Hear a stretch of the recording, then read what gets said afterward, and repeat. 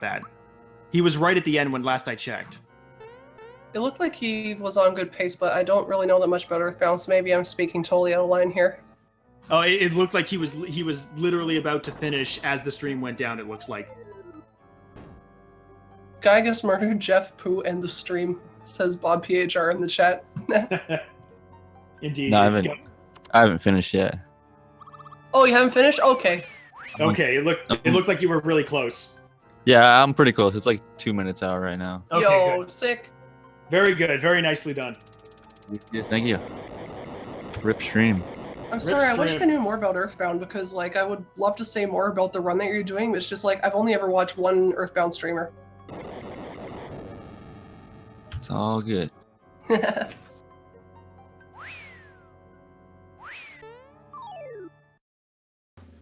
So in this battle here, there's a small chance that when you're fighting Warrior, you will freebie the Energizer. I don't know if we've really explained freebie mechanics yet, but there's a small percentage. It's a different percentage for almost every item in the game. It depends on what item you're using, but if you use an item, there is a chance that it will duplicate itself in your inventory after you use it. So if you use an Energizer, it's like, oh, here, have another Energizer. So there's a small chance when you're fighting Boyer that you get a second Energizer, and this is the fight where you use it.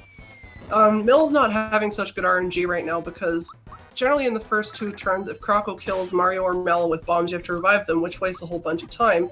Now, Croco uses a bunch more moves in this fight. It's not just bombs and dash attacks. He also uses another attack called Chomp, which is also blockable, but he's kind of spamming bombs right now. He just killed Mario 3 times in a row. That is really, really unlucky. Wow. So that means that his time here is gonna suffer a bit because you're not getting 3 attacks per turn. You're only getting 2, so you're wasting a lot more time dealing with Croco's attacks, and your damage output is lower per turn.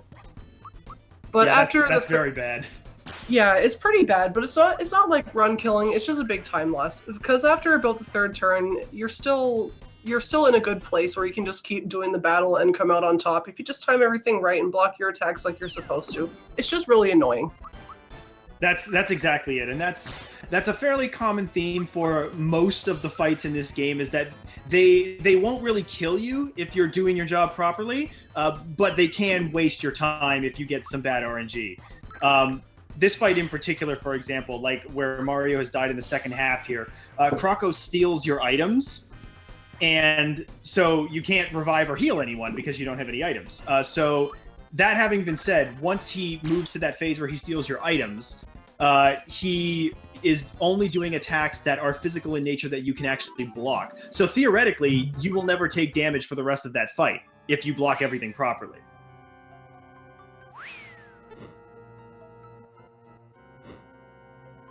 So now that Mills defeated Croco for the 2nd time, we will bid adieu to Croco. Yeah, so it's a run killer. If you're going for world record pace, and you're at the level of execution that runners like Lack and Mill are at, then bad RNG can in fact kill a run. I'd say this is probably true of almost any speed game, really, especially an RPG where your execution is at the maximum level that you need to hit. Now, Mill actually... Oh my goodness, with the clutch save there. That was a very good recovery. Very, very clutch recovery here in this room. So, Mill accidentally missed the bomb enemy here in this room with the treasure chest, killing him with the star. And as a result of that, he needed to kill an extra enemy in the next room with the 4 bombs walking on the train track, as you see there. And he managed to just do it just in time. So now he's got to go back and empty this treasure chest, which is going to be very annoying with the bomb enemy and this flame enemy running around. Good stuff to Temple, finishing his run, 4:22:12. Awesome stuff. We're about to see Lack come up next to complete the final part of their team's run. Excellent. Very good. Very nice run, Temple. Thank you. I'm gonna follow him right now, actually. Yes, if you're not following Temple, please do follow him. He's an excellent Earthbound runner.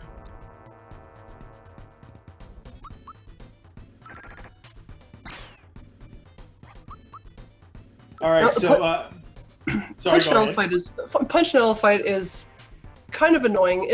it's not really an extremely difficult fight. It's Punchinello will either do two things to you. He will either attack you with his claws, or he'll use Sandstorm. But he also summons these 4 bombs, which come in 3 different sizes: the tiny, the mid-size, and the giant ones. And the bigger the bomb is, the more damage their explosion does. But their explosions are also perfect blockable. So if you are able to block all the attacks perfectly and you get crappy RNG and he uses Sandstorm on you, what Sandstorm does is it cuts the defense and the attack in half of your entire party by inducing the fear status effect.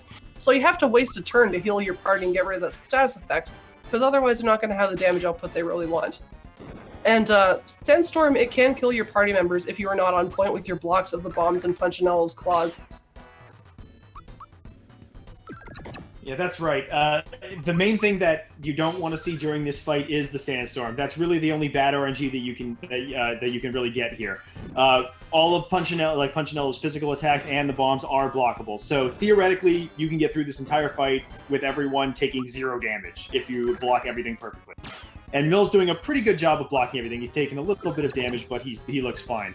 Punchinello, I'm not sure what the exact percentage chance of him using Sandstorm is, but it seems to be fairly low. It doesn't seem to happen that often, but it does happen, you know, every now and then. And we have Lack on the other TV, starting out at Bowser's Cape. He just got past the first the first run through of Bowser's Cape, where you just do that battle and get blown the crap up by a giant sword that falls through the sky. Peach is a little worried. She's suspended from a rope and she's like, I'm gonna fall. Now over on Mill's side, a giant bomb has just summoned itself on top of Punchinello, and instead of running away, these 3 guys are standing around saying, oh my gosh, if this explodes, we're history. What do we do? Let's stand around and get scared. Yeah, that's pretty much how you solve all imminently exploding bombs, I think.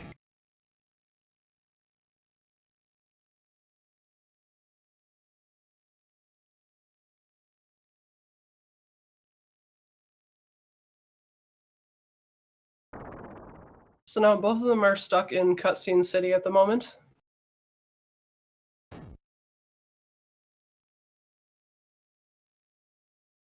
Yep, that is indeed the case. So after we get through these cutscenes, Lack is going to be doing the beginning part of the game, skipping a lot of tutorials and everything like we saw Mill doing earlier.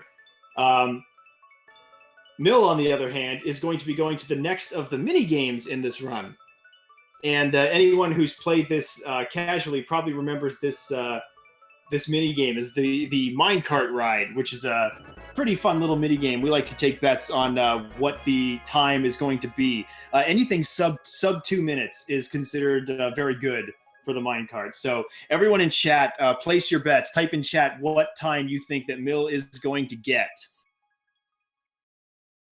Most times range from 156, probably the best ever, to 3 minutes and 30 seconds if you just leave the controller to do it on its own without pressing any buttons. I think you can actually beat a 330 if you do not use any of the boost mushrooms and also jump off of every corner so that you crash. I think you can actually get it to 4 minutes. That is an exciting thought, and that's probably what my next run is going to have in it, considering how bad my minecarts are. All right, so Mill's off and running on the minecart here. He's using the very important horn strats, mashing the horn button there. Very important to get a good time.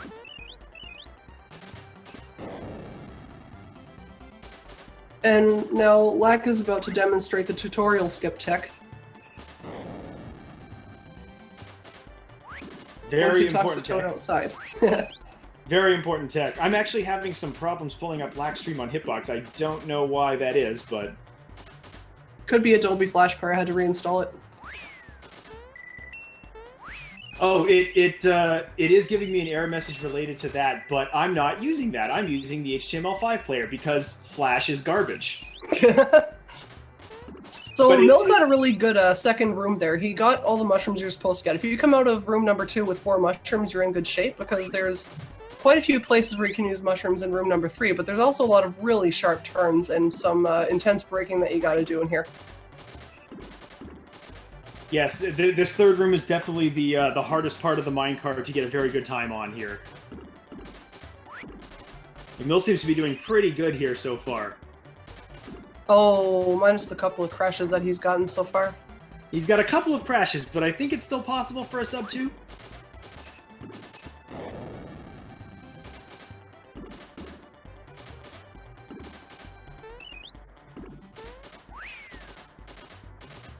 I'm guessing this is going to be like a 2 or 201. Yeah, I think he's got a my couple of. I think he's got maybe 1 or 2 crashes too many to get a sub 2 now. But moving into the last room here, this is the simplest room here. You're just gonna mash the boost button as much as you possibly can, use up those mushrooms for the boost, and grab these few coins in the air as we go. And yep, looks like a. It is in fact going to be a 202. Oh, I was close. Now, it looked like Black got quite a few hammer times in that Hammer Bros battle, which is really annoying, but there's not really much you can do about that. No, that's unfortunate.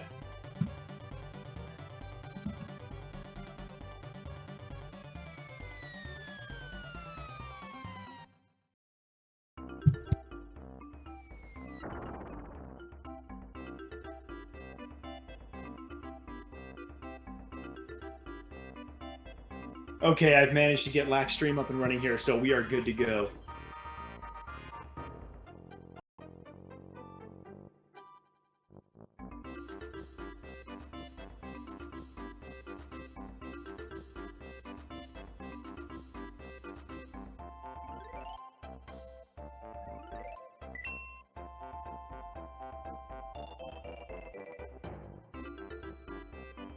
Okay, so both of the characters are both of the runners are in fairly cutscene heavy parts here. Mill's mashing through some text after finishing the minecart, and Lack has just gotten the hidden frog coin in the Mushroom Kingdom we saw earlier from Mill. So Mill has just is meeting a bunch of sniffets, and these sniffets work for a new character that we're about to meet very soon called Booster, who is just wonderful. Booster's a great guy. Greatest character in the game.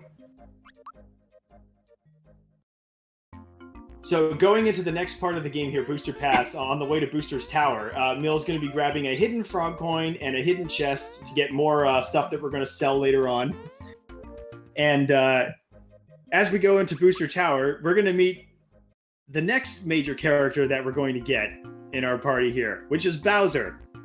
This is the first game, I believe, where Bowser is a playable character, and it's also kind of the start of the portrayal of Bowser as a sort of lovable oaf of a villain. So Bowser's very upset right now. He's very jealous of the size of Booster's Tower. Clearly, he's compensating for something, I think. But if he's complaining that if he had his castle back right now, Peach would be there and she'd be screaming her head off, which in fact she is doing at Booster Tower. So having seen that Peach is here, Bowser's pretty happy to know that she's not actually off somewhere, not being kidnapped. As the only thing that annoys Bowser more than Mario is not having Peach kidnapped. If you play this game in the English version, Mario, sorry, I shouldn't say Mario and Bowser because Mario has no dialogue, but Bowser's got some pretty funny dialogue this part in the game.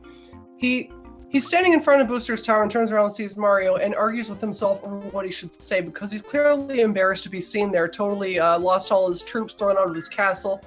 And then he tries to go off about like how tough he is because he can break down Booster's door, and he said, "Yeah, I know. I got all this strength and looks too. I know what you're thinking. A guy like him would be great to have along. Well, you know what? I'll let you join the Koopa." Mario's like, "Okay."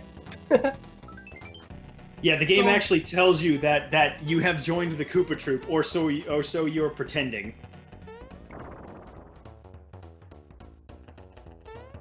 All right, so going into Booster Tower here.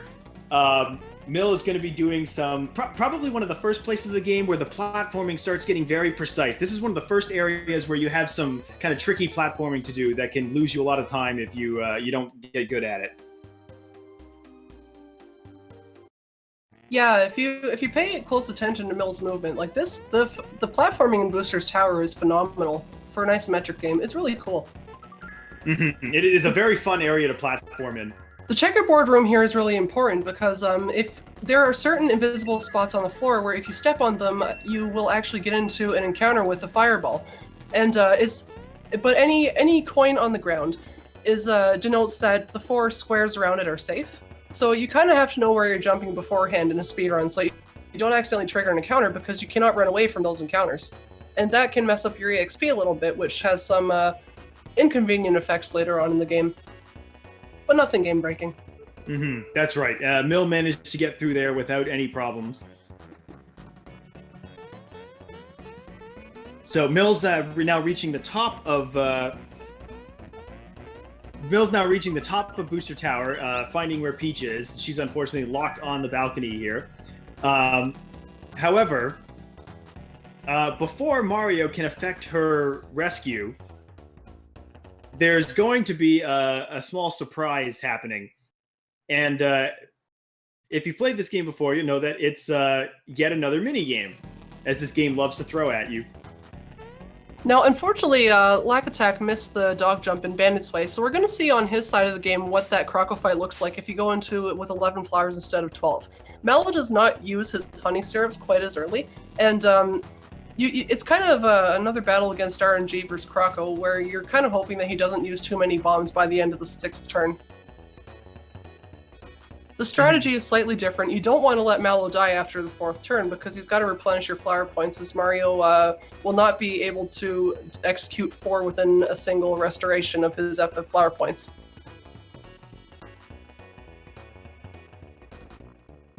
Now, Mill is doing the most important part of the speedrun here, which is sticking his nose out in a spot where the Sniffet has clearly opened the curtain, but for whatever reason cannot see you standing right there.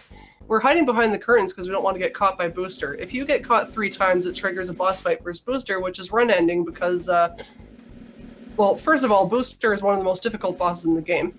Second of all, you do not get the amulet, which is a very important accessory to have for the battles between here and Nimbusland. And third of all, because it's a huge time waster.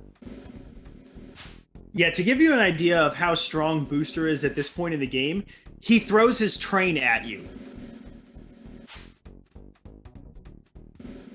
That's a good question that we have in the chat here. Why Bowser does not use his shell to break down the door? The answer is because the door that Peach is locked behind is actually magically sealed and will only open with a password, which is given by Booster. So Lack's Croco fight seems to be pretty good. Mario's unfortunately been bombed once, but he's nearing the end of the battle. I think one more jump should do it. And if he perfect blocks Croco's attack, then he'll be good, and his battle is done. So slightly different Croco fight than what Mill had, just because the order of your items is different depending on how much FP you have. Good stuff from Lack.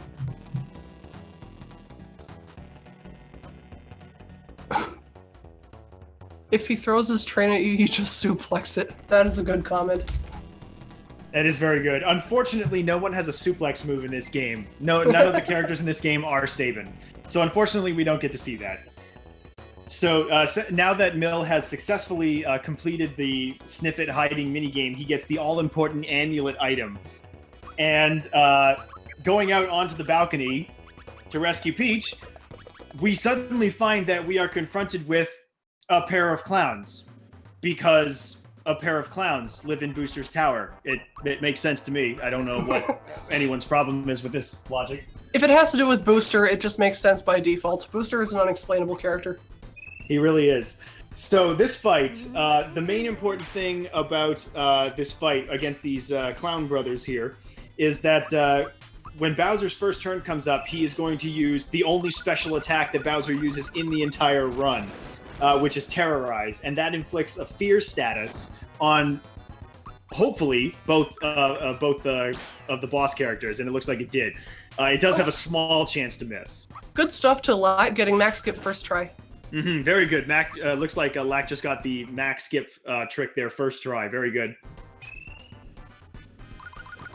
Yes, Miss Crash is correct in the chat. Booster does not understand human emotions. If you look at the English translation of this game, when he berates Mario for invading his tower and throws a bomb at him, he is confused when Mario runs away about what expression he should be wearing at a time like this, and then remembers that, oh yeah, people usually look like this, and he starts bawling his eyes out.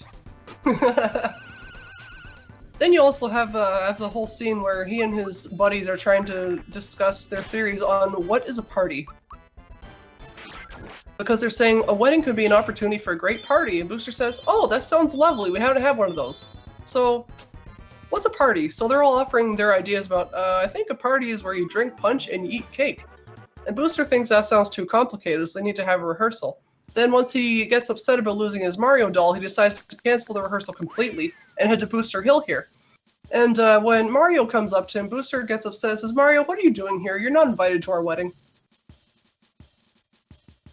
And he kind of, he goes from hating Mario 1 minute to wishing him well for the rest of his life. He says, "May happiness follow you wherever you go, because you were nice enough to retrieve his Mario doll for him," and offers you an extremely OP item.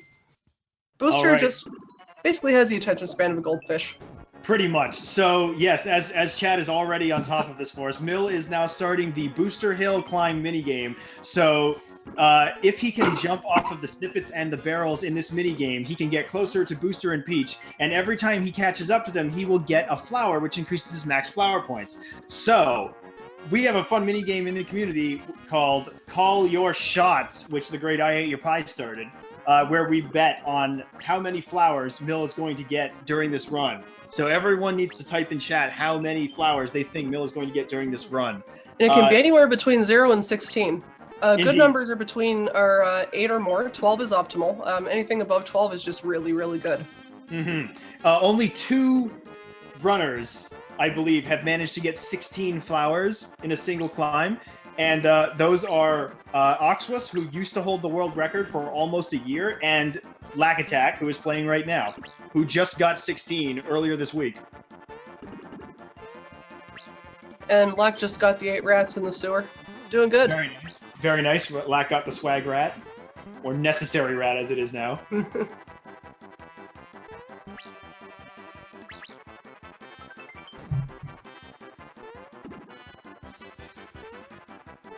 Mill's having a decently good Booster Hill.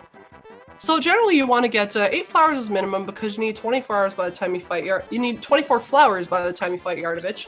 You need 28 by the time you get to Countdown, which is almost at the end of the game. So if you get 12 flowers here, you're good to go for the rest of the game. If you get more than that, then you have enough for some backup strats, like I think using additional magic spells on Countdown in case anything goes wrong in that fight. You have enough flowers to do.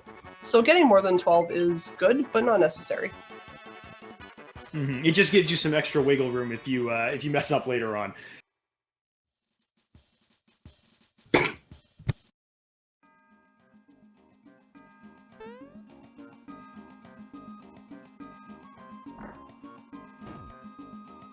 Oh, looks like we have some concern in chat about what the minecart time was from the LCZ.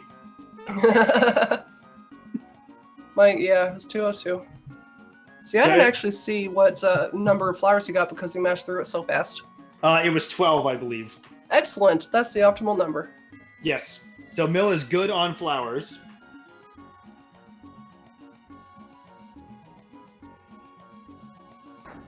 Was it 12 or 11? Oh, I'm not chat is sure. saying 11.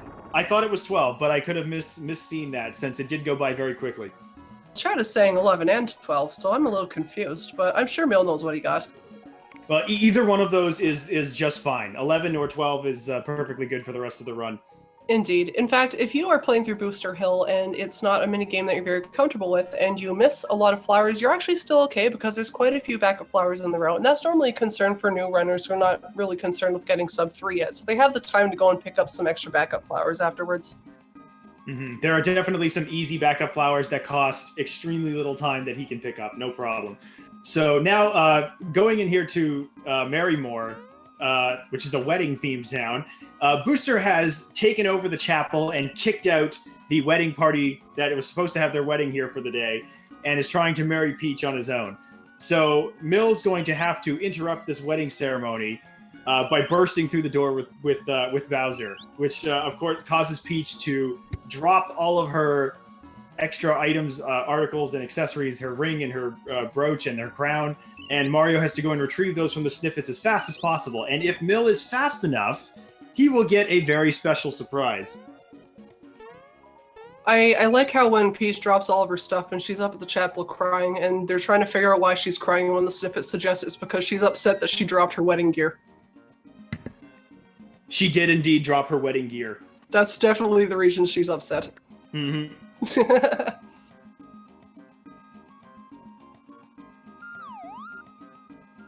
Okay, so it looks like Mill got the kiss from Peach, which means he does not have to reset. That is very good. If you do not do this minigame fast enough to get the kiss from Peach, you do in fact need to reset. Your run is not legit.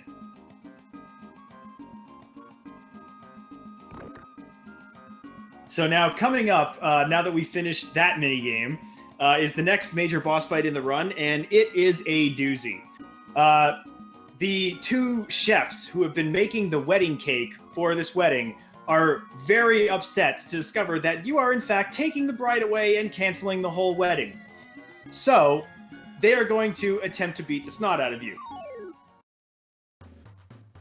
And they bring along with them this giant facsimile of a cake, I suppose. It's kind of a monstrosity named Bunt. And this cake is kind of a nightmare. He's actually terrifying. So as we beat up the cake, as the chefs attempt to wail on us, after doing a certain amount of damage, the cake will exhibit some strange behaviors, as we're about to see. It will start moving. And the assistant chef is very perturbed by this and attempts to explain to the head chef, Chef Tort, how the cake is moving. Chef Tort says, talk no more this. And right there, we just saw Mario use the red essence, which you'll see that his face in the HUD is flashing a bit. That means that Mario is invincible for the next 3 turns.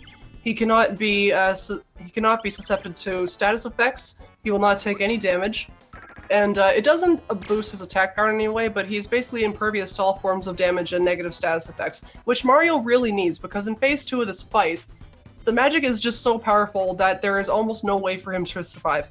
I recently actually forgot the red essence in Forest Maze, and the only reason I got through this fight was because I got really lucky with RNG, and the cake used pretty much only physical attacks. You want that to happen because you can block those physical attacks, and if you take too much damage here, there is a chance that Geno will die kind of early, and then you have to waste a turn reviving him, because the way this phase of the battle works is that those 5 candles on the top of the cake's head, a single physical attack will blow out a candle. And the cake will not die until you hit him when all 5 of the candles are blown out. So if with all your 3 of your guys alive, you're taking out 3 every turn, but at the end of every turn, he regenerates 1. So that's kind of why you want all your guys to be alive, so you can get out of this phase as fast as possible, because he has strong magic like Blizzard, Drain Beam, Diamond Saw, and Geno can die to combinations of these very, very easily. You really want him to be using physical attacks so you can perfect block, which essentially is a waste of a turn for the cake.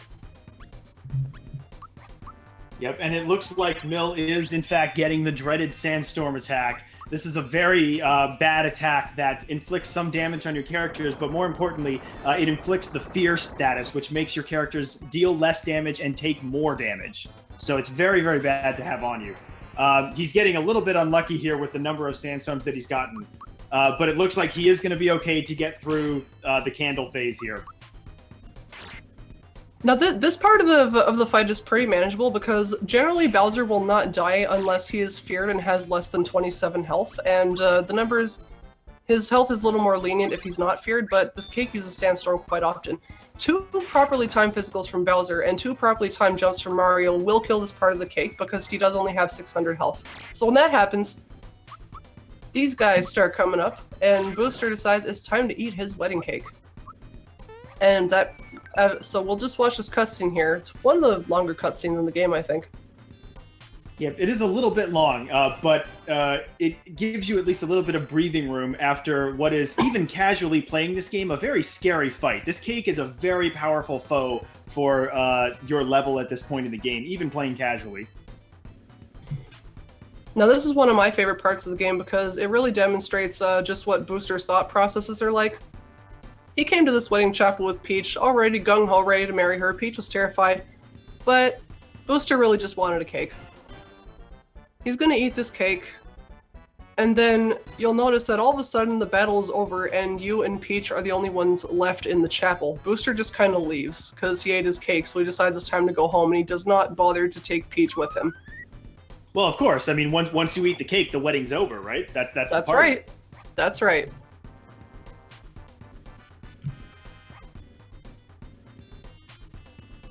All right, so that was not the best cake fight, but it could have been a lot worse as well. The cake doesn't generally go great most of the time for most runners, but as long as you survive it, you're doing okay. Who wants to bet that Lack is going to get God Cake later? Oh, he most definitely will. I bet on it. So now that the cake has been defeated, after you beat the cake, like you see, Booster decides to devour it, even though he sees it moving and is a little bit put off by it. And thus ends one of the strangest boss fights in RPG history, I think. I mean, the cake comes alive, you beat up the cake, and then it gets eaten into oblivion. I don't even know what's going on at this point in the game. All that's going on is just Booster. That explains everything. Just Booster. It's just hashtag just Booster things.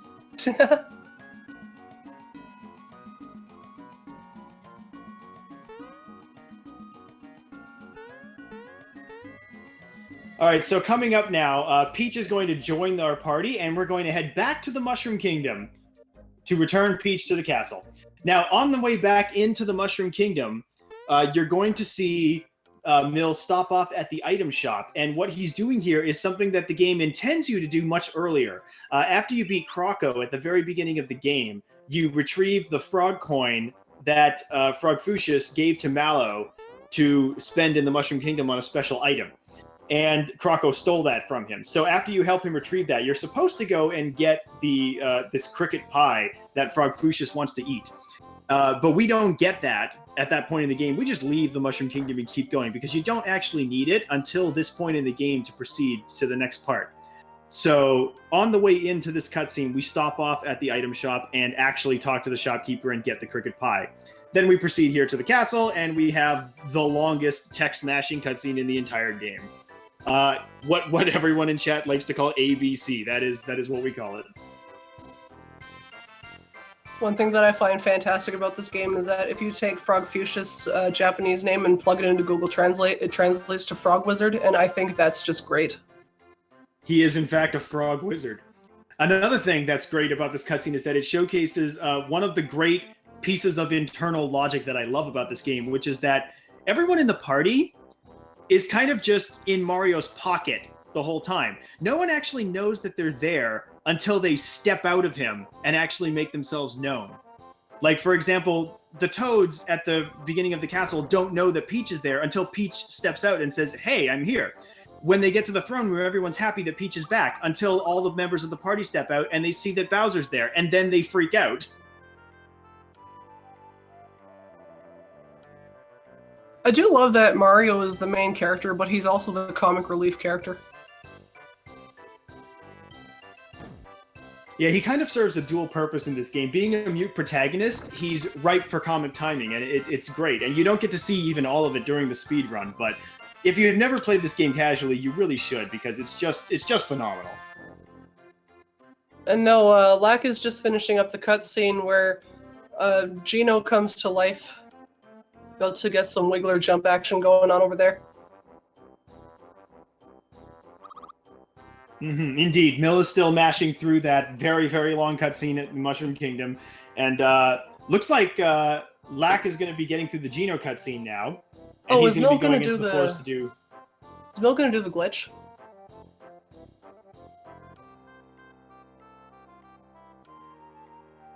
Oh, he didn't do it. No, it doesn't look like it. Oh well. It looks like Lack's going to take a safety save, it looks like, before going into the forest maze. Looks like just in case he gets an encounter with the Wiggler jumps there. Yeah, that's a smart move. Wiggler jumps can really be a pain if you just step even slightly out of line and get into a bad encounter.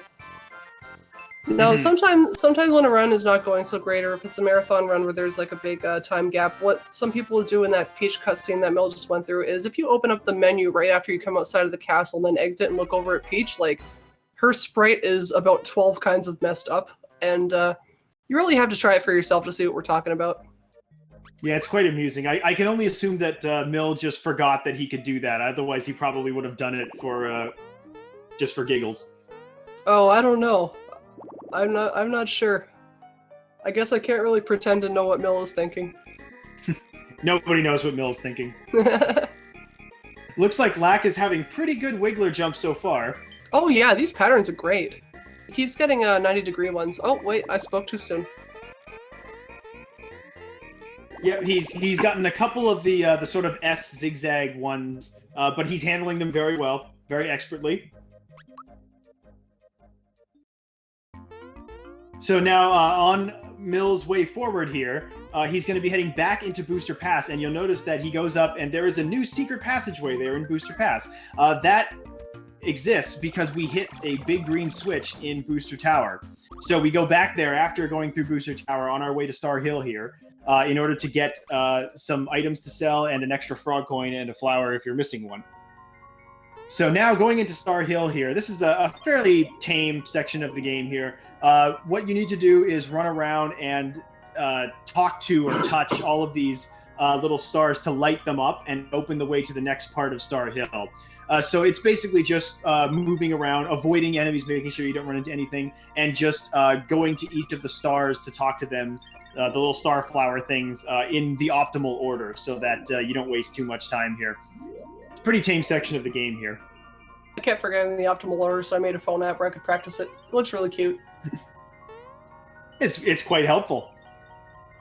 I think there's actually like there's 3 any percent routes, and Star Hill is written about in great detail in the beginner route. And that's actually kind of how I learned the proper movement for it. Mm-hmm. Yeah, and another nice thing if you're playing this game casually is that someone in chat actually just pointed it out. The little stars with the smiley faces on them are individual people's wishes that have fallen down to Star Hill here that you can read. And one of them is a wish from Luigi, who wants to be big and brave just like his older brother.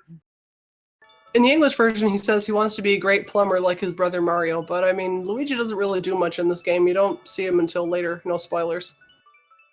Well, he's making preparations for a very important event later on in the game. This is true. This is true. There are some things in this game that would not happen without Luigi. Indeed. So it looks like Lack had a good forest maze there. No encounters or anything going into the Bowyer fight here. He's going to be mashing through this nice long cutscene. Mill has gotten through Star Hill and has just picked up the 4th star piece. This cutscene that Lack is going into just like destroys my thumb. You can actually advance through in-game battle text, cutscene text with by rotating the D-pad, and my thumb, I did a whole bunch of run attempts today, and oh my god, I need to rest my thumb for like a week. Indeed. So now Mill is going to be going to a very important part of the game here. He's going into Seaside Town, and going into this town, he's going to be picking up the experience booster item, very important item, using all of the 22 frog coins that he's accumulated thus far. Then he's going to be going to the shop and doing the most complex and involved menu of the entire run. He's going to be selling and buying a bunch of items in a very specific order in order to optimize the coins that he has and that he spends. When you sell items in this game, you can only hold 999 coins maximum. So if you sell items when you have 999 coins, you can sell the item, but you don't get the coins. It doesn't go above 999. So in order to do this menu sequence, you need to be selling things and buying things, and then selling things and buying things back and forth in an optimal manner in order to get all of the items that we need for the second half of the game. It looks like Mill did a very good job here. You do a bunch of very specific equips and take off most of the equipment that we have, and we're going to sell that as well. And what you saw him just buy there, even though you probably can't read Japanese, is a bunch of very important items that are bomb items, which do AoE damage to every enemy in a battle. They're very powerful, and they are absolutely crucial for fights coming up in the second half of this run. Shoutouts to all the FF9 runners in the chat thinking, what, that's it?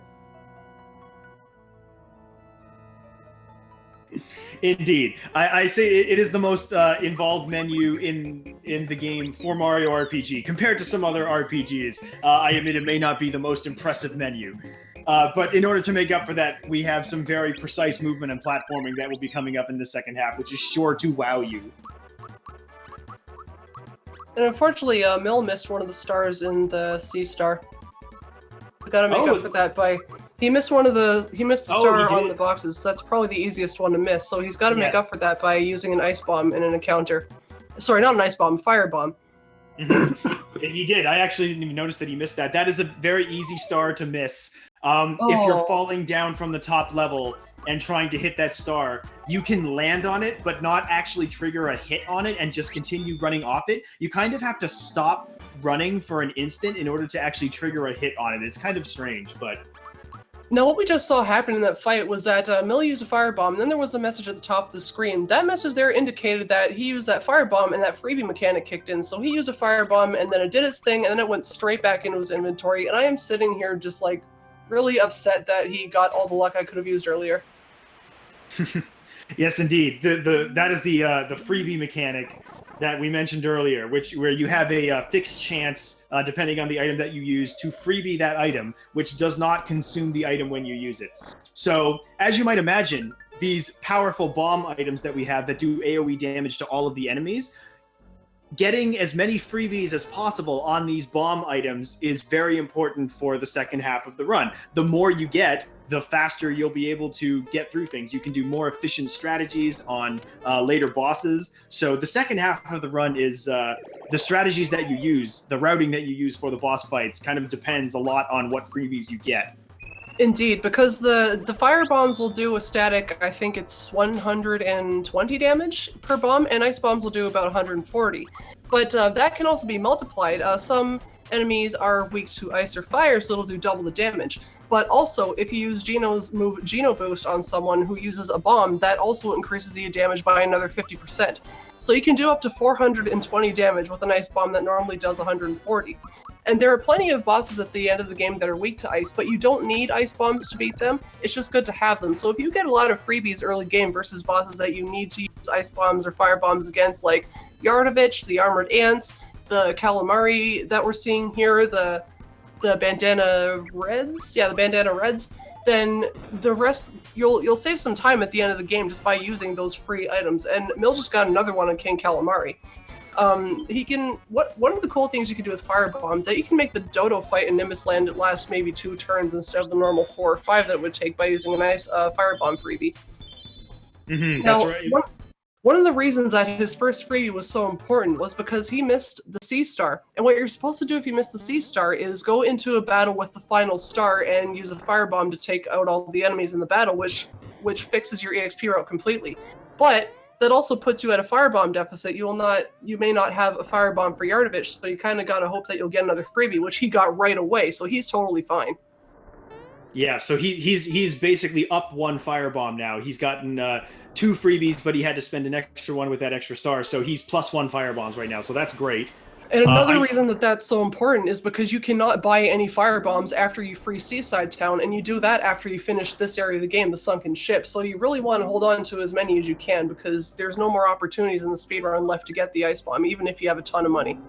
That's right, and it looks like Mill got that jump onto the barrels there, which is a very tight little jump to get there. A nice little bit of swag. So he's going to be going into now some fights with Johnny's minions here. Jonathan Jones is the pirate shark who runs this band of shark pirates who owns the Sunken Ship here.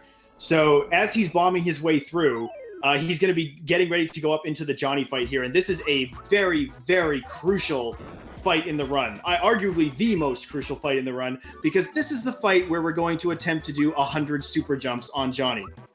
And super jumps are a very cool mechanic in this game. So when Mario reaches level 6, he learns the super jump ability. And just like every move in this game, every special move, it has a timed component to it that makes it do more damage. But unlike most attacks where if you time it properly, you just do some extra damage, with super jumps, if you time it properly, you can keep doing extra jumps on the enemy. And you can do this up to 100 times before the game stops you. So what Mill's going to attempt to do is to actually do this 100 times in a row on the Johnny fight coming up.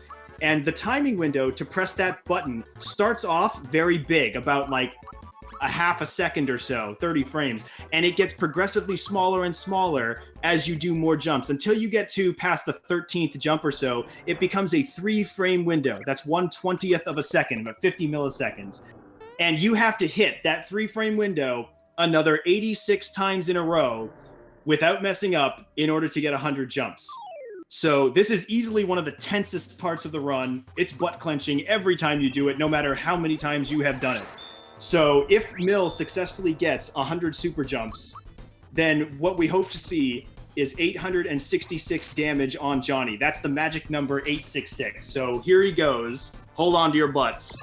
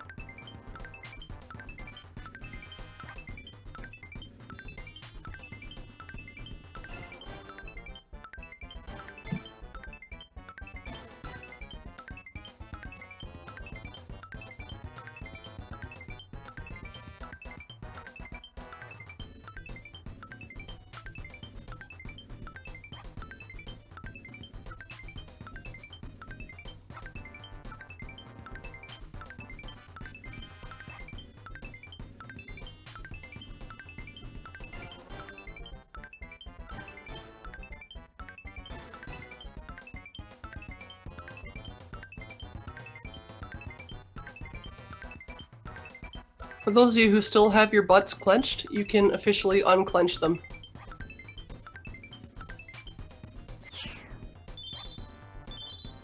I'm just trying to wait for the delay. Oh, I thought there was only 6 seconds. Oh, I think it was probably more like 10, but you can officially unclench your butts now. It's over. Good job to Mill. I noticed that Mill earlier, he would have gotten only 6 Wiggler jumps, I think. You can save time and by doing only 6 Wiggler jumps instead of 7 and not buying an extra Sleepy Bomb in Tadpole Pond, because normally what you do is use a Sleepy Bomb in this battle to put all the Bandana Blues asleep, because as soon as you take out Johnny, all the Bandana Blues die immediately. You don't have to fight them separately.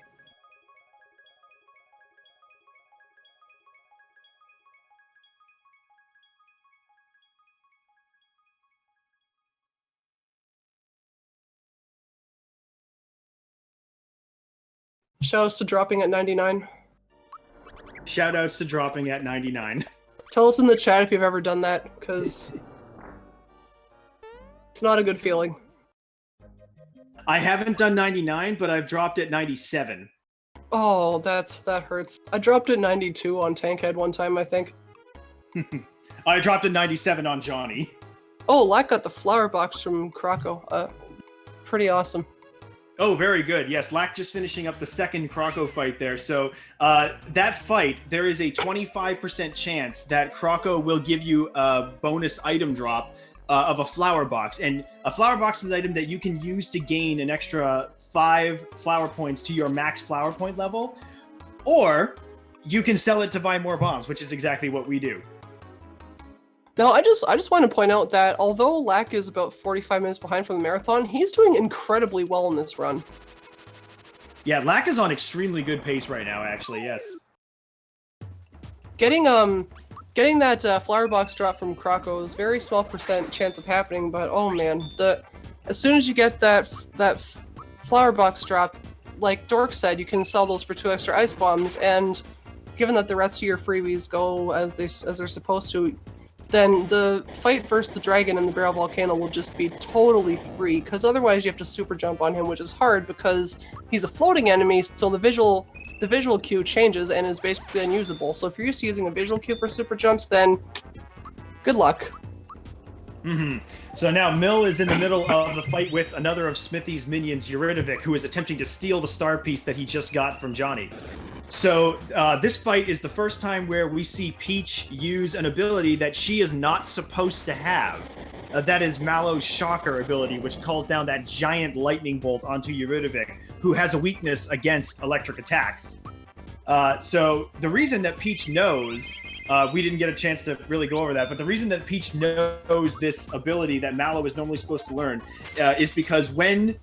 Yes, indeed. Just a moment. Toadstool. Toadstool knows Shocker. The reason that Toadstool knows Shocker is because the invincibility star that Mill just went through in the sea before going into the sunken ship, he performed a glitch known as the ability swap glitch, where if you jump and hit the chest to get the star and hit the X button to open the menu at the same time, then you can do something you're not supposed to be able to do, which is open the menu while you're invincible. When you hit that chest and the invincibility star becomes active, the character's positions within the party are kind of locked in memory. And so when you open the menu, you can swap the positions of characters, which you're not normally supposed to be able to do during a star. So we swap the positions of Peach and Mallow. And then when we get a bunch of XP from the star and the characters level up, the game is confused about which character is in which spot. So it thinks that when the characters level up, they're in, Peach and Mallow in particular, are in the opposite spots of what they're supposed to be. So it thinks that Mallow is the one hitting level 10 when in fact it's actually Peach. And so normally at level 10, Mallow learns Shocker. So the game gives Shocker to the character that it thinks is Mallow that's reaching level 10, which is in fact Peach at this point. And this on is the other hand, oh, sorry.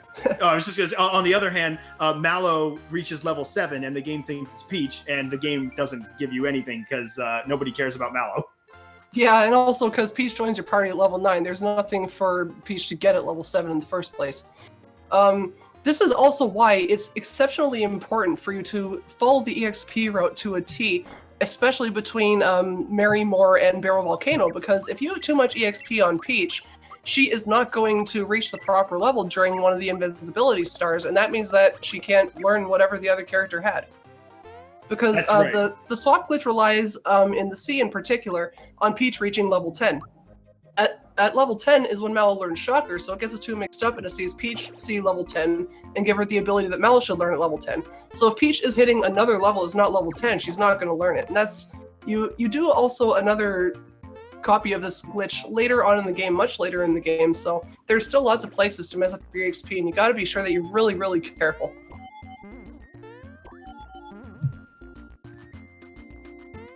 And it looks like Lack has just finished the Punchinello fight, so he's going to be going into the minecart minigame. We'll see if he can get sub 2. Alright everyone, place your bets for Lack's minecart. Reminder that really amazingly, exceptionally good time is 1:56, and worst time ever is probably like 4 minutes. 4 minutes you would have to intentionally go off the tracks every point possible, and basically otherwise not use the controller. So Mill's going through the next part of the game here after Seaside. He's going through Land's End here. So the part that he's at, he's going to be fighting these little ants that are in these sand whirlpools in order to defeat them and head down the whirlpool that they're in to reach the next section of the level.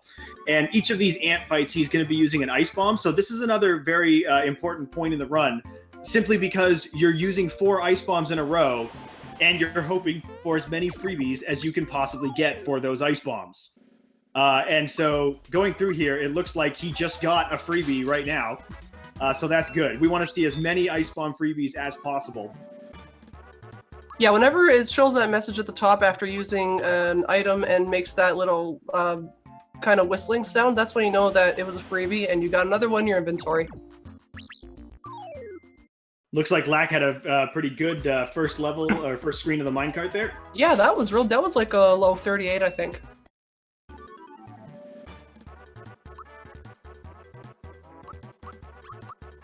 Awesome, and Lack's going into room 3 with 4 mushrooms, just like you need, and a very, very good high 52.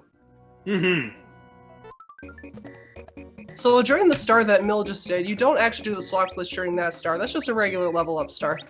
In the No Super Suit route, you gotta death abuse that star a couple times, because if you die during this game and you reset at your last save point, if you don't actually reset the console and just let the game kind of put you back where you last saved, you actually keep all your EXP that you gained before your game over.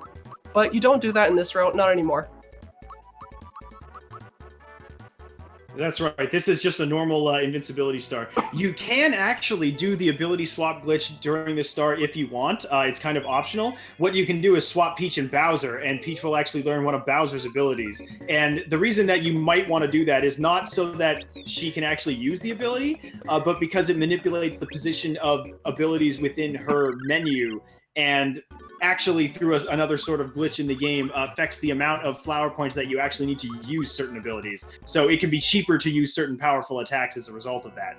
But most of the time we don't bother to do that just because it doesn't really save very much time. It actually loses time to have to open the menu and do that swap glitch.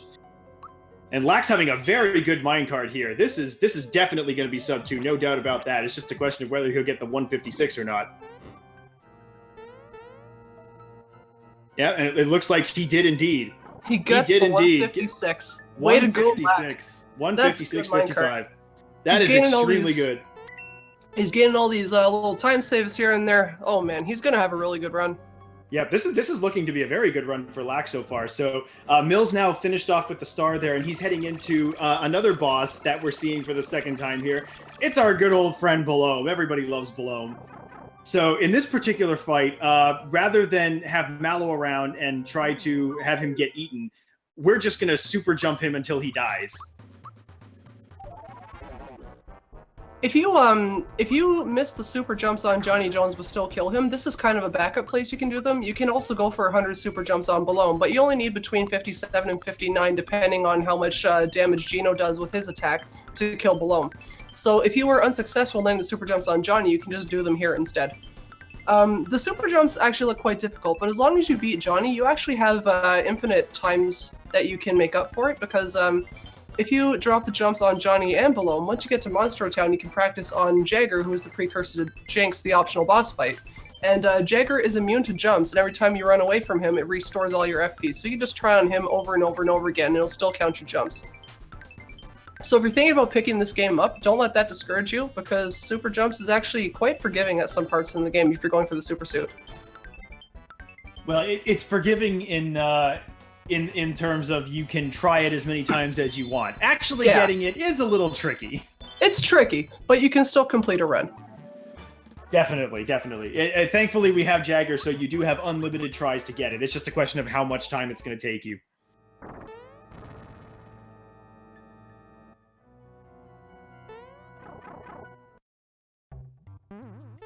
Hey, so now that Mills completed the Balome fight, he's going to be heading into Monstro Town, which is a town full of reformed monsters. So one of the monsters in this town, which he's going straight to, is this little dog NPC, and he is going to give Mill 2 very important items. If you can get 30 super jumps on an enemy, he will give you an accessory that Mario can wear called the Attack Scarf. And if you can get 100, he will give you the super suit. And these 2 items are very, very strong. They are absolutely essential to the route.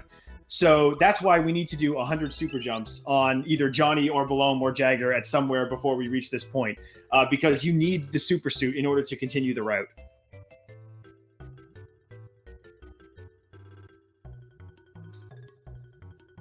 So Lack's heading into Booster Tower now. Best part of the game. We get to hear that awesome Booster Tower music again. Some of the best music in the game. Some of the best music in a completely globally awesome soundtrack. It's one of my favorite game soundtracks of all time. Everything in this game is just great. Especially Booster. Booster Tower is one of the best in a fantastic soundtrack. So now that Mills talked to the people in Monstro Town here, he's going to head back up through Balome Temple, where he just went through. Getting a frog coin along the way, apparently. Sure, why not? So now that Mill has the Attack Scarf and the Super Suit, he's going to be set for the rest of the route here. So he's going to be heading back out through Land's End where he was before. And in order to get past this giant cliff that is blocking the way past Land's End, he needs the help of some people from Monstro Town here, the Sky Troopas. And the Sky Troopers are going to help him scale this cliff by arranging themselves in a awkwardly inconvenient pattern and forcing him to climb while recording his time. Because, you know, just helping us climb directly up there would be too simple, I guess. Now, this is also a very important, another one of these mini games here that's very important. So, the Sky Troopa mini game, when you do the Troopa climb here, if you can complete this mini game in under 12 seconds, you will get another very important accessory called the Troopa Pin, which gives you a defense boost, and more importantly, it gives you a status boost that gives you a boost to your attack that you would normally have to get something like Gino to boost you in order to get that. But the Troopa Pin just gives it to you automatically, which is very, very helpful. Unfortunately, Mill gets into a bee encounter, which can be kind of scary, but not quite as scary in Bean Valley as it is in Forest Maze. Indeed, yeah, the bees are much less of a problem here, but they're still a problem. Not the bees.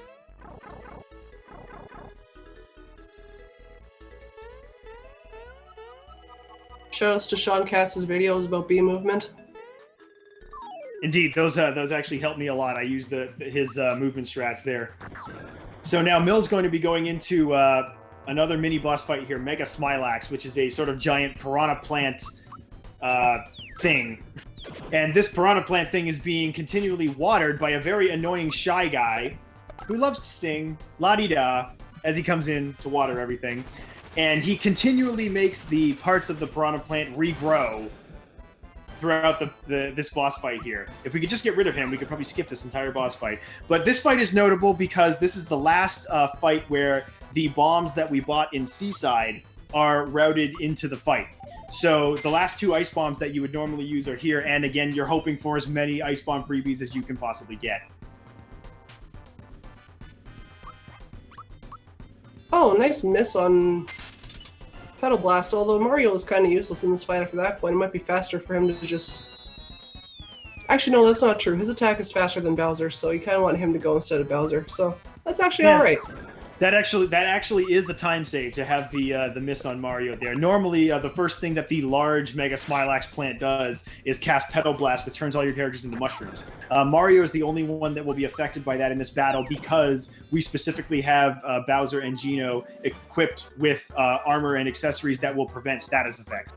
Yes, there are quite a few armors and accessories in this game that prevent status effects, like the Super Suit is one, which Geno has, the Safety Ring is another, which Bowser has. The Safety Ring also prevents instant death, which is really useful later on in the game. But there, all sorts of the equipment in this game, especially the armor and accessories, have some kind of hidden side effects. They're not really explained in the game, and you kind of have to like do some reading online to figure out what they actually do. I had to factor all those into the damage calculator.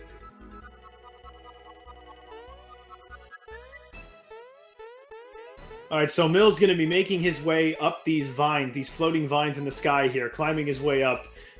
These vines here, you want to try to kind of jump off and back onto these vines, as you can see Mill doing here with his movement. That's the fastest way to climb them. Stupidly hard to do. Yeah, Mill kind of makes it look easy. You saw him fall once or twice there. The movement of jumping off and onto those vines is fairly precise and kind of tricky to get to do it optimally. But it is faster than just climbing straight up them, since the climbing animation is quite slow.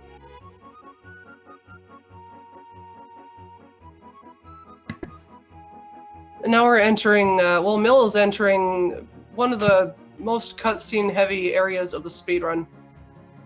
But this part of the game is hilarious. When you're playing it in English, just... Basically, there's this castle in the sky, and the castle attendant, Valentina, is telling everybody, all the people that live in the kingdom, that the king and the queen are very sick, but that their long-lost son, Prince Mallow, has come back, and Prince Mallow is actually this giant bird that she's standing with, and the giant bird is asking her to marry him, so Valentina will essentially usurp the throne of Nimbusland. And everyone in Nimbusland is like, huh, interesting, and just go on about their day. They're very unassuming people. Yeah, that's right. None of the cloud people in Nimbusland here seem the least bit concerned that the person that Valentina introduces as the Prince Mallow is, in fact, not very cloud-like at all, and in fact looks like a bird.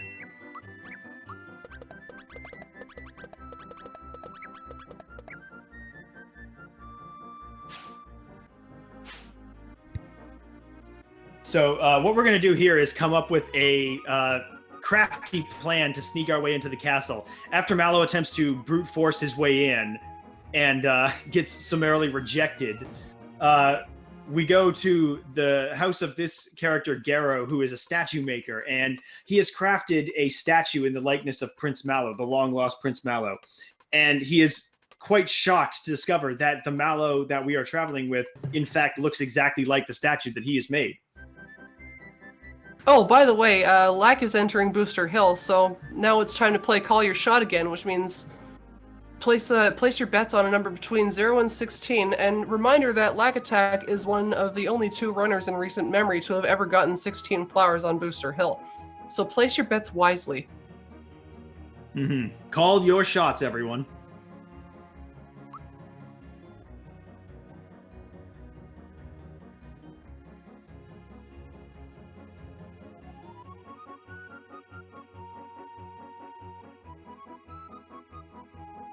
pretty good Booster Hill so far.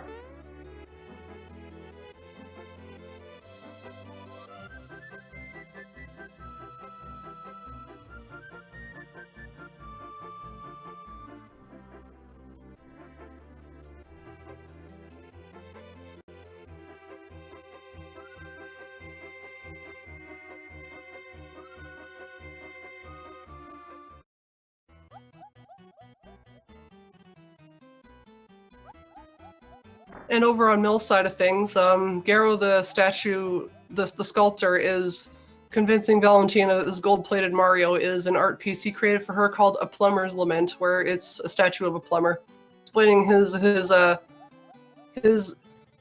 long face with the big mustache, his powerful legs, the legs of the masses. And Valentina falls right for it because she considers herself something of an art buff, and she goes from saying, "What is this ugly thing?" to, "This is spectacular! Only you could have created such a masterpiece."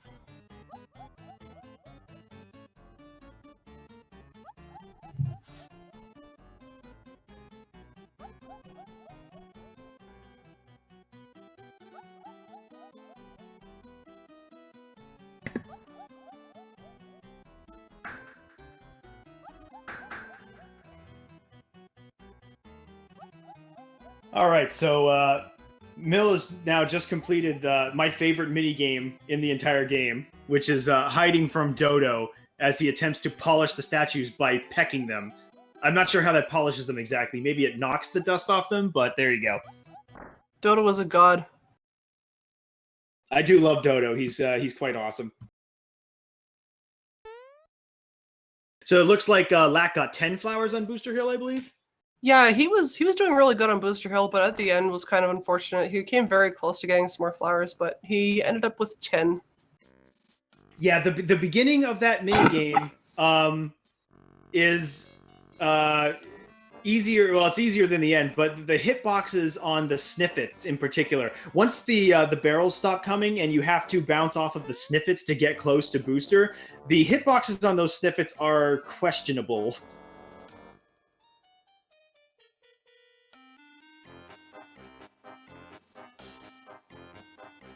All right, so Mill is now going to be doing my favorite minigame, just because of the music alone, where we need to hide from Dodo by jumping when he attempts to peck us, faking our way as a statue.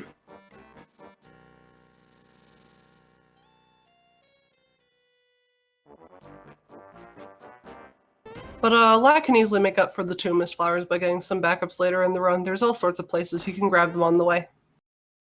Oh, absolutely. Yeah, 10 flowers is still perfectly fine. That is not run killing in the least. There's plenty of backup flowers that you can get that take extremely little time to get, like a second or less even in some cases. He's saying in the chat that 10 is trash, and I'm inclined to feel that way too whenever I get 10. And I suppose that it would be even harder to accept 10 when you just got 16 a couple days ago.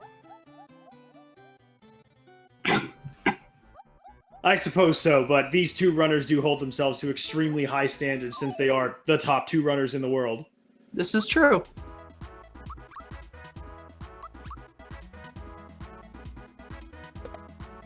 Yeah, for anyone in the chat who's unaware, Lackattack was the runner of Super Mario RPG at SGDQ this year. In the finale. That's right. You may have seen him run that in the finale there. I think that was really great having that there, since it gave a little bit more exposure to this game. And since SGDQ, we've had several people join the SMRPG community. We've actually had a decent bit of growth in that community since there. It's gotten a little more exposure for the game, I think, as a result. This run is pretty cool in context because Mill currently has world record at 250.11 and Lack is second on the leaderboards with 250.23. So they're 12 seconds off each other, the top 2 runners on the leaderboards. Mm-hmm. That's 12 seconds in a 3-hour run. I'm really interested to see what their finishing times are going to be in comparison. Mm-hmm. That's the level of optimization that this run has at this point, is that the freebie luck that you get and little variances in execution can make the difference of seconds, and that makes the difference between, first and second place. So Mill's now going into the Birdo fight in Nimbus Land here. I don't know why Birdo is in Nimbus Castle, but sure, we'll roll with it. Lack is having a good start to his cake fight. Lack's now going into the bunt fight as well, so hopefully Lack is going to get good RNG with the cake fight. The Birdo fight that Mill is on is not particularly dangerous. There's nothing that Birdo can really do that's going to, screw you up. Fun fact about the Birdo fight, if you get extremely good damage rolls with Mario, you can actually kill her in 3 turns before you even need to use the bad mushroom. But there's a very low chance of that happening because Mario's damage range is anywhere from 230 to 266 damage, and she has 777 health. So seeing that is pretty rare, but it's still really cool.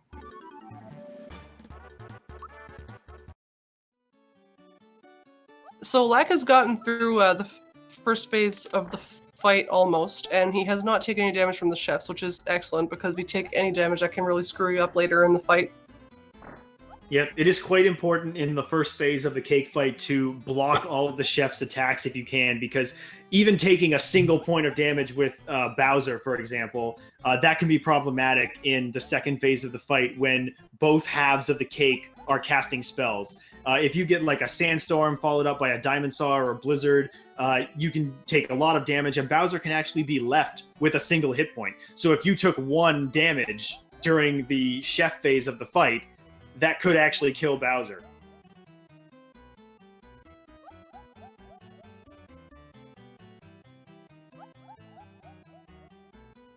Yeah, it looks like Mill gets the fan jump.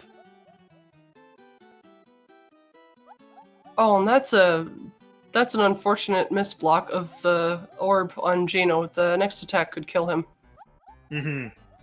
Yep. And it looks like it's going to because it's a sandstorm. But when you think about it, Mill, I think, also had a Geno death in the second phase of the bunt fight. Yep, that's unfortunate, but that is how it goes. That the physical attack there with the orb, we call that the fastball. When Bunt throws that at you during phase 2, at Geno, it travels less distance across the screen since Geno is closer on the screen to the cake. So you have less time to block that than you do if he sends it towards Bowser or Mario. So blocking that fastball attack on Geno can be very tricky if you're not, really ready for it.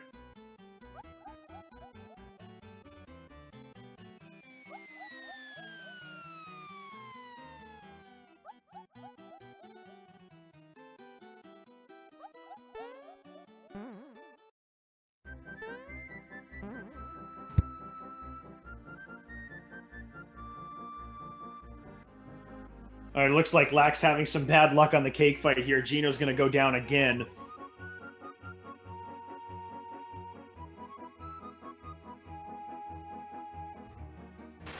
That's really problematic during the second phase of this fight because, like we said, the cake regenerates a candle each turn that it takes. So if you have Geno keep going down like this, he has to res Geno with Bowser and then only get 1 attack in with Mario. So he's not getting rid of any candles. He's not netting any candles. He's taking 1 away and the cake is bringing 1 back. So it looks like he's finally managed to get rid of that second phase of the cake now.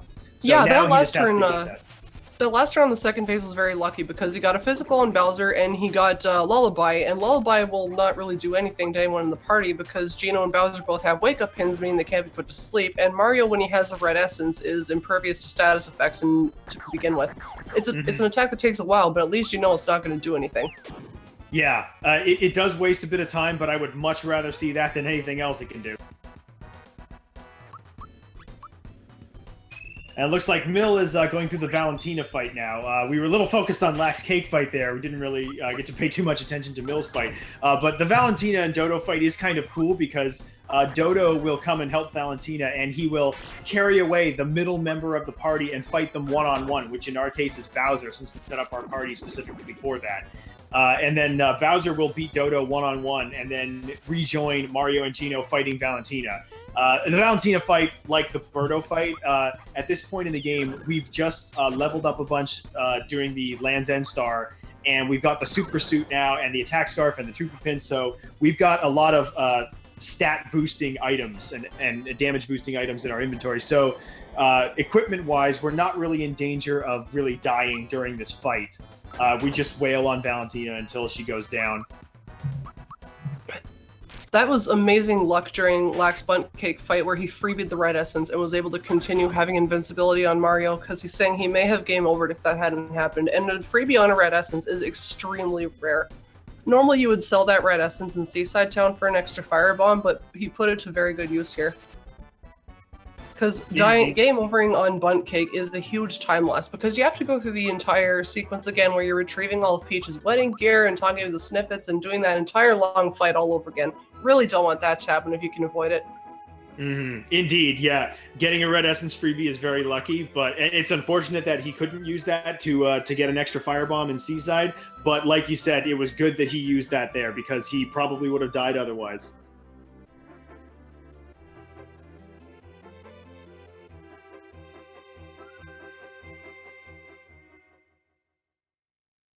All right, so now that Lax completed the cake fight, he's going to go into the very, very long ABC cutscene sequence. And Mill is also going into a large cutscene after the Valentina fight, where Mallow is finally reunited with his true parents. And I always really like this cutscene as well, since when Mallow runs into the castle to find his parents, to free them, Mario instinctively knows exactly what is about to happen and pulls out Peach's umbrella, because the clouds are about to open up and rain down as Mallow cries. That is such a cute cutscene.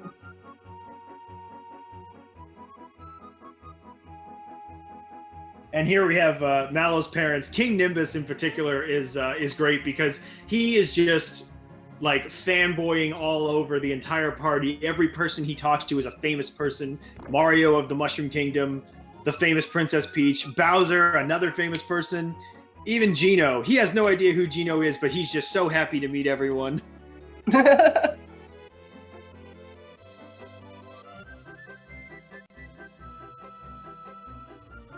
And I love how Queen Nimbus is trying to keep in check, like, no, dear, you're embarrassing Junior. It's like they've just met their son for the first time, and she's worried about getting embarrassed by his father.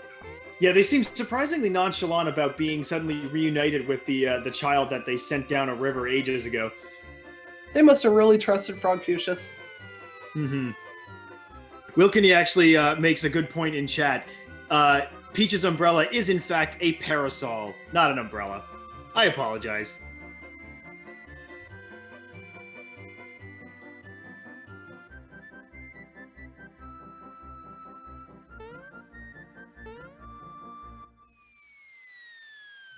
All right, so now that Mill is done with the Nimbus Land cutscenes, he's going to be heading into Barrel Volcano because King Nimbus tells them that they saw a star piece fall into the volcano, but the dreaded Tsar Dragon guards the volcano.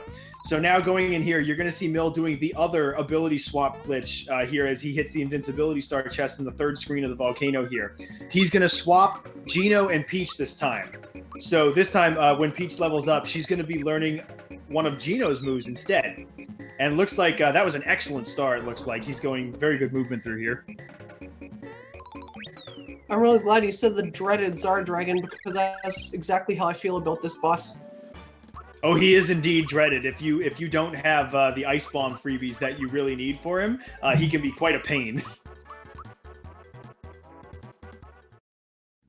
Looks like Mill got his level ups there from the start. Looks like everything is hunky-dory for EXP route.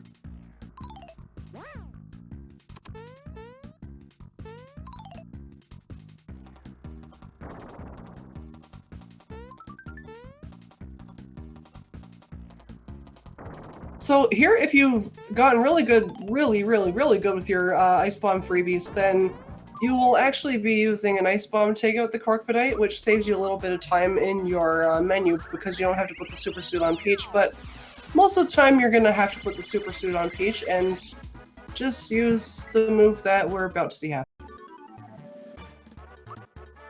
Yep, so this is the first time that you'll get to see the pink Gino glitch. So because Peach has learned Gino Blast, which is one of Gino's moves, when she does it, the animation for it is Gino holding up his arms and throwing them forward in a burst of energy, the lights come down from the sky. But Peach is not supposed to learn this move. So when she does it, the game doesn't have a sprite for Peach doing that. So it defaults to the Gino sprite instead. But it's with Peach's color palette since it's her sprite that's being transformed. And so it ends up as a pink Gino. Shoutouts to Pink Gino. Shoutouts to Pink Gino. AKA Mill's Twitch avatar.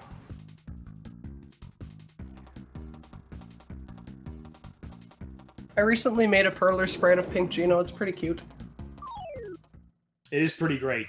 So Mill's going into the Zar Dragon fighters. I like to call him the Happy Dragon. He just look at that smile. That's just adorable. He looks like Blarg from Super Mario World. He does look like Blarg. I think that's what he was modeled after. I'm pretty sure, like, all of the enemies in this game, there's a lot of enemies that are from previous Mario games, so I think that this boss may have been modeled after that.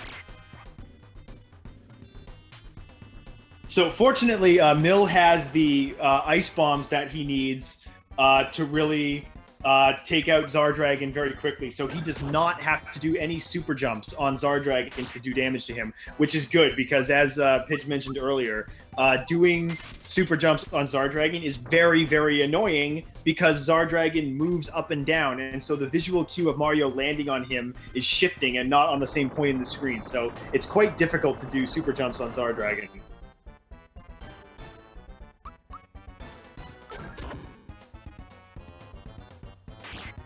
So it looks like Mill's actually gotten some fairly good RNG here. Zardragon has gone and taken out Bowser and Geno, which is actually good because he doesn't have to defend with them. Bowser and Geno don't do anything in the second phase of this fight when the Zardragon becomes Zombone, the zombie dragon. So Mill's just going to punch him a couple of times and then do a few ultra jumps on him to deal damage, and then hopefully finish this fight off. Now, ultra jumps are very similar to super jumps, but they do slightly more damage. They can target any enemy on the screen randomly, so they all attack Zombone when he's the only one there. And the timing window for them is a little bit different. I think the time difference between jumps is slightly slower than it is for super jumps, but the attack looks very similar. Yeah, that's right. The space between each jump is longer. With regular super jumps, I believe it's 40 frames, and with ultra jumps, I think it's more like 60.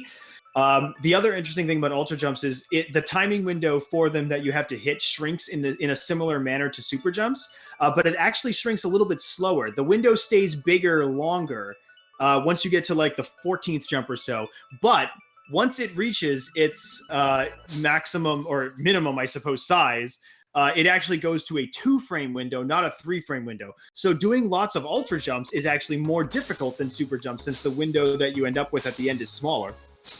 And if you ever played Armageddon, I'm sure you know how difficult that is. Yes, if you'd like to really feel some pain, check out the Super Mario RPG Armageddon ROM hack, which takes the mechanics of this game to their logical conclusion and will destroy you utterly, most likely.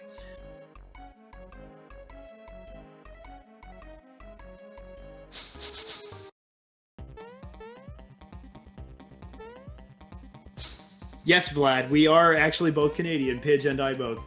We're actually from the same city. So I told him to come to my birthday dinner a couple months ago. Yeah, we actually live quite close to each other.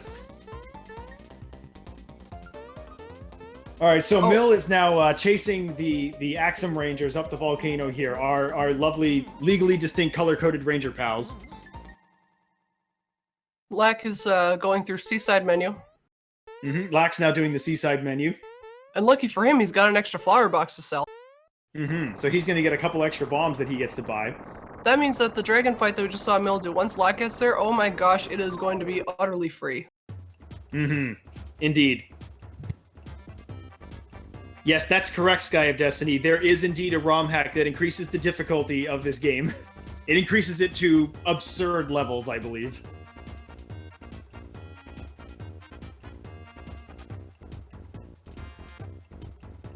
So, Axum Rangers is one of the more irritating fights in this game because there's 4 different strats that you normally use versus Axum Rangers.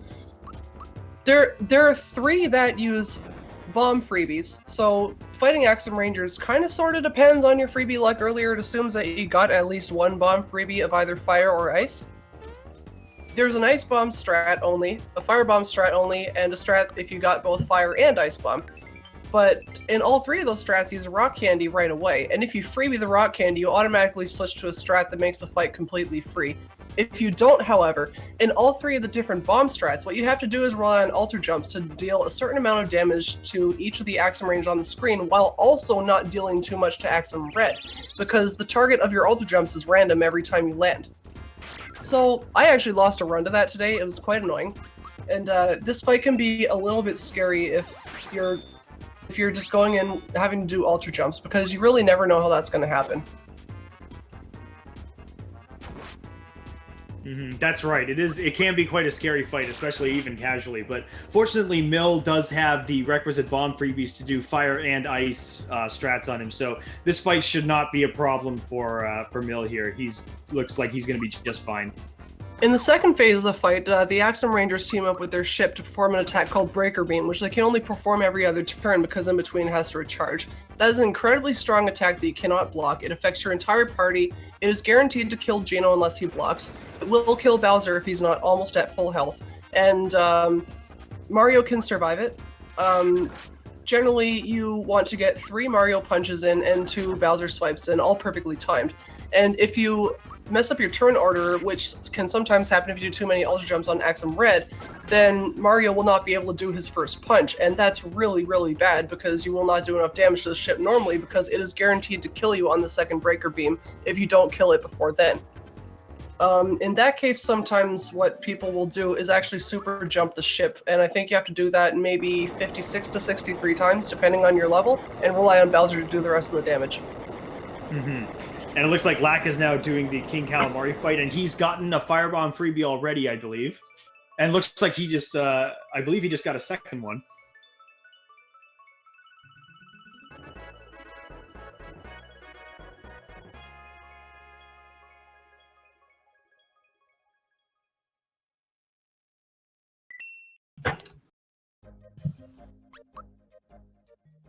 Oh my goodness, so Lack has finished the Calamari fight with a third Firebomb freebie, so that's great for him. Amazing. So Mills Mills just finished the Axum Ranger fight, so now he's heading back to Nimbus Land to talk to the King and Queen again. Firebomb freebies do not have a ton of utility outside of you can use one versus Dodo to speed up that fight. If you use a Firebomb freebie versus Dodo and then an untimed Bowser attack, that phase of the fight is finished right away. And then your second Firebomb freebie you want to use versus Axums, and if you don't get the Rock Candy freebie, hopefully you also have an Ice Bomb freebie to get probably the easiest of the 3 bomb strats, the quickest one. Beyond that, generally what you can use Firebombs for is versus final boss, Smithy 2, one of his formations is weak to fire, so you kind of save your Ice Bomb freebies for there, your Firebomb freebies for there if you have enough of them, but most of the time, if you're a top level runner like these two gentlemen, then you're going to be done the fight before you even get to that point. That is the ideal. You basically don't want to see the head that is weak to fire if you're doing the fight optimally. Oh, so nice barrel movement from Lack. I'm a little bit late on that, but... Yeah, Lack also got the little barrel jump there. So Mill is now going to be saving in Nimbus Castle and resetting his game. And he's doing this in order to perform some RNG manipulation. The way RNG works in this game is that the RNG counter increments any frame that you are active in an area, like the way that Mill is in like Nimbus Land right now, say. It does not increment when you are on the world map. So, when you first load your file, the RNG counter starts from a fixed point. So what we do is save at this point here in Nimbus Land, and then reset the game, reload the save, and run up to the bus stop here to talk to the bus stop operator to get on the bus to go to Bowser's Keep. And if we perform the movement fast enough and get to the bus at the right point, we will be within a certain frame window in order to land the RNG counter on a certain spot when we get to Bowser's Keep. And what that's going to do is manipulate the 6 Bowser doors so that we can avoid 2 specific doors that we don't want, which are the battle doors. When you get to Bowser's Keep, you have to go through 6 doors and you have to complete 4 of the 6. And 2 of the doors are puzzle doors where you have to solve some puzzles. 2 of them are action doors where you have to do some platforming, and 2 of them are battle doors where you have to fight a bunch of enemies. The slowest ones are the battle doors, so we want to avoid those. And so that's why we do this Bowser door manipulation here. Now, the battle doors are so slow that each of them has 15 separate encounters behind the door, and that is going to take forever. So, if you get a battle door by accident, basically what you do is you unequip all your armor, walk in, and defend until they kill you, because once you die, you don't really get a game over, you just respawn outside the doors and you try another door. Yep, that's right. The battle doors are truly awful. And if you're thinking of running this game, this is one of the only cases of RNG manipulation that you really have to do. And trying to do the Nimbus Land version where you save in Nimbus Land requires you to hit a specific window, and you have to be pretty precise with the movement. And when you get here, depending on what the first door you get is, there's actually sort of a flow chart that you follow basically to see what the other doors are going to be depending on where you got there. There is a much easier, like basically 100% reliable way to do the manipulation where once you get to Bowser's Keep, you go back out and you go to Mario's pad and save there instead. And if you're a newer runner, you should definitely use that method instead. But while I was talking about that, Lack has entered the Johnny fight, so he's doing his 100 super jumps attempt now. Oh, is he gonna get it? Is he gonna get it? 866. 866. We are in there, ladies and gentlemen. We have run. Good stuff to Lack. That's awesome. Good stuff. Good stuff to both runners. Nailing those jumps on Johnny is easily one of the tensest points of the entire run. So I consider any run where you get super jumps on Johnny first try to be a good run. Fun fact, Dork and I are actually very close on leaderboards together. I'm currently 17th, he's currently 19th, and one of our most common arguments is Mario's Pad Manip versus Nimbus Manip. He swears by Mario's Pad Manip, and I swear by Nimbus Manip. Well, that's just because I'm bad. If I was good, I would do Nimbus Manip. No, it's true. Nimbus Manip is faster by about 14 seconds. It's just that it's something else that you have to learn, and it's not guaranteed. Mario's Pad Manip is literally free. I have never once failed it. It's just completely reliable. So, one less thing to worry about. The only time I've ever failed Mario's Pad Manip was when I accidentally went to Vista Hill afterwards. Yeah, that will screw it up. Yep. So, pro tip, don't go to Vista Hill anytime in the game. So now Millnium is going into a particular Bowser door that has a quiz that you have to do. And looks like he's having a bit of trouble with the quiz questions. Normally we just memorize, the different answer sets. Most of us, can't actually read Japanese. Unfortunately, Mill has failed the quiz that first time, so that's going to lose him a bit of time. He's going to have to go back in there and try again.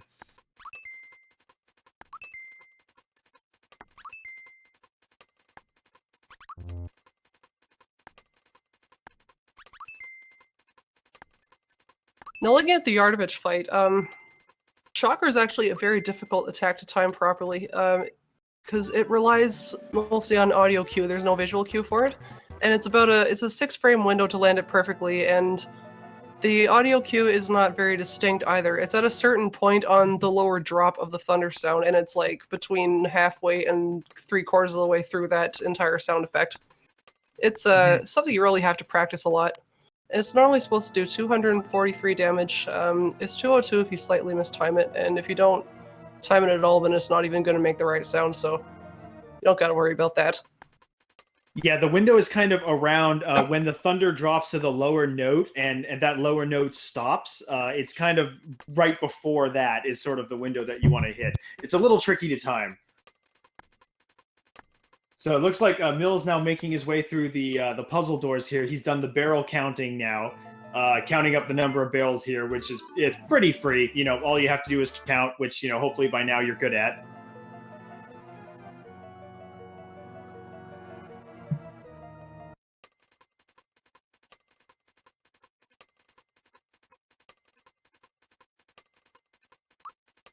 Looks like Lack is getting a little bit of bad luck here on Yuridovic. He has decided to be a jerk and kill Gino.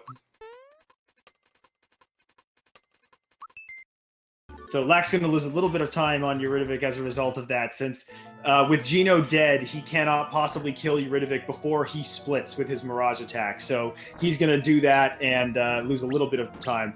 But he should be able to recover from that. He missed one shock earlier, I think, but now I think he's trying to take him out with ice bombs, which is normally what you do to make up for it. Oh, he did. You're right, because otherwise that ice bomb would have killed him. In Lax Hitbox chat, he's posting his reactions to things with pictures taken from his computer. It's pretty funny. Yes, I do quite like the facial reactions here. So Mill's now going into one of the action doors where he has to do some platforming action here. So he's going to be jumping across some platforms. This particular part of the run is it's a little slow. It takes some time to get through all 4 of the doors that we want to do.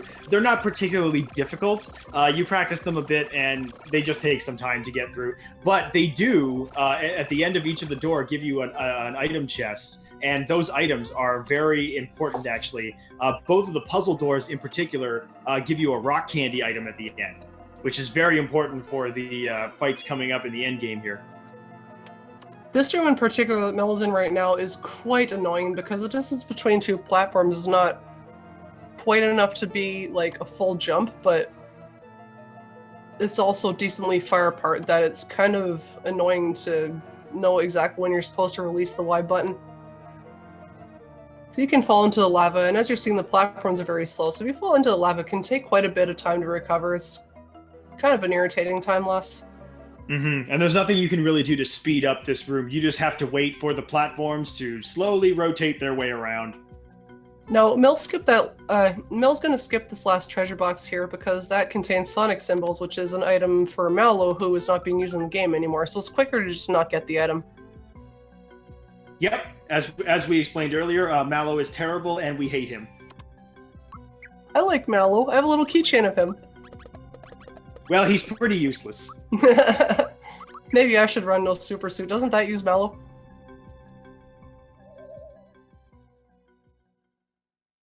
Actually, I don't think so. No, it doesn't, because you still use the Oh. ability swap glitch to get Peach to learn stuff.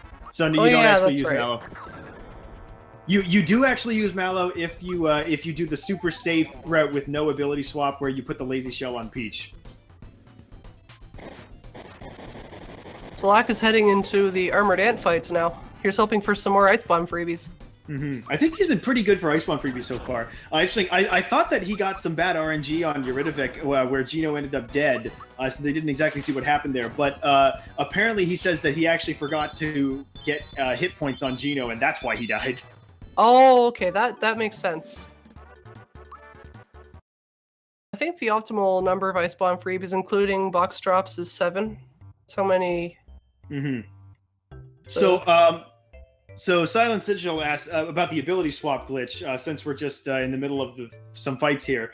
The way the ability swap glitch works is when you hit an invincibility star chest, it basically locks the character's positions in memory, like where they are.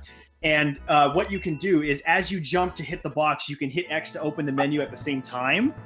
And it's pretty easy to do, and that lets you open the menu as you're hitting the invincibility chest box. So you're not supposed to normally be able to open the menu while the invincibility star is active.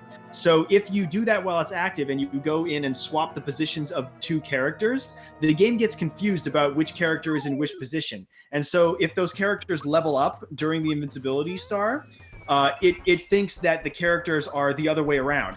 And so a character that would normally learn a certain ability, the character that you swapped into that position would learn that ability instead.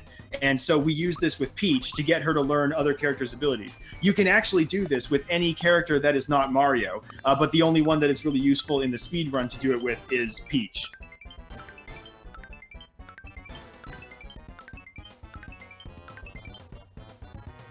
Now, Mill unfortunately dropped super jumps on Boomer, but luckily Boomer is not really that big of a threat. He mostly just does physical attacks, all of which are blockable. He does Storm and Blast too, but those are not enough to kill Mario.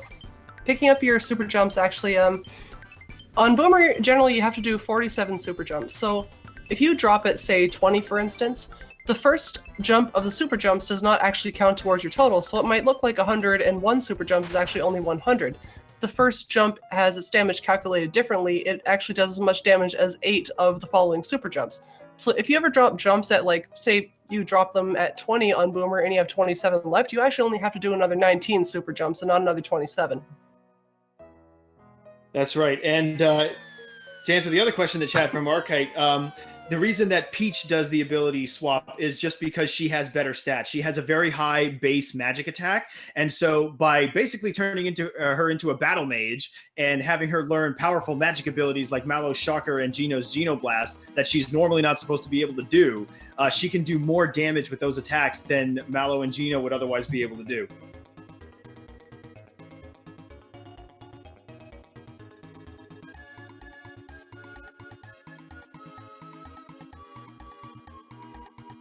And so Mill has now completed the Boomer fight. So as Boomer plummets to his death and commits Sudoku, Mill's going to be heading up to face Exor, the giant sword, in a very cathartic battle from the beginning of the game.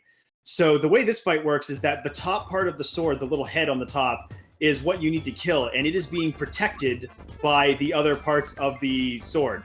So by taking out the eyes, by doing enough damage to them, the shield will go down on that top part.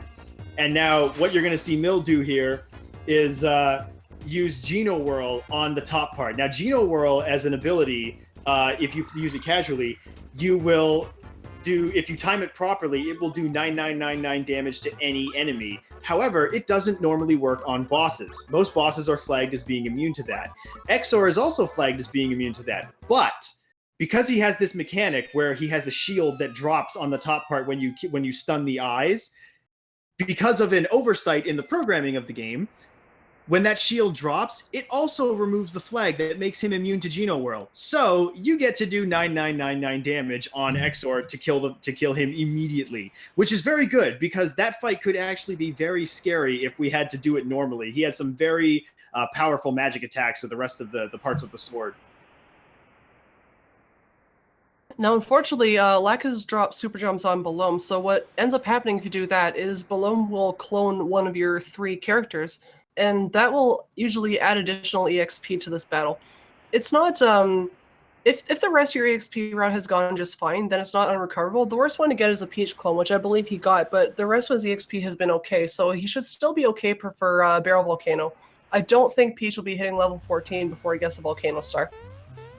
No, if you only get one clone, none of the clones that you get will mess up the XP route as far as I'm aware, so he should be fine.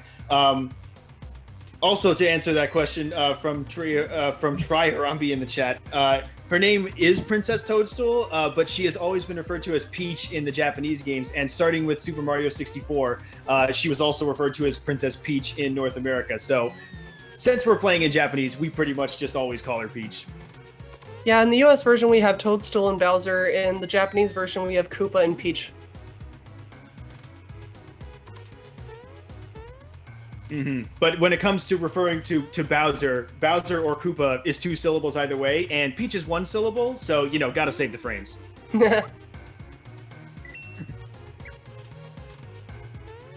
Black's making a very sad face right now for us. Mill is in the lead. The main reason that Mill is in the lead right now is because he had a pretty big head start due to time difference between the 2 teams from the Chrono Trigger run earlier. So Mill's in the factory right now, which is the end game part here. So he's attempting to do some little platforming and get through here. And he's coming up to a very scary and annoying boss fight with a giant clock named Countdown. This boss can be kind of a jerk.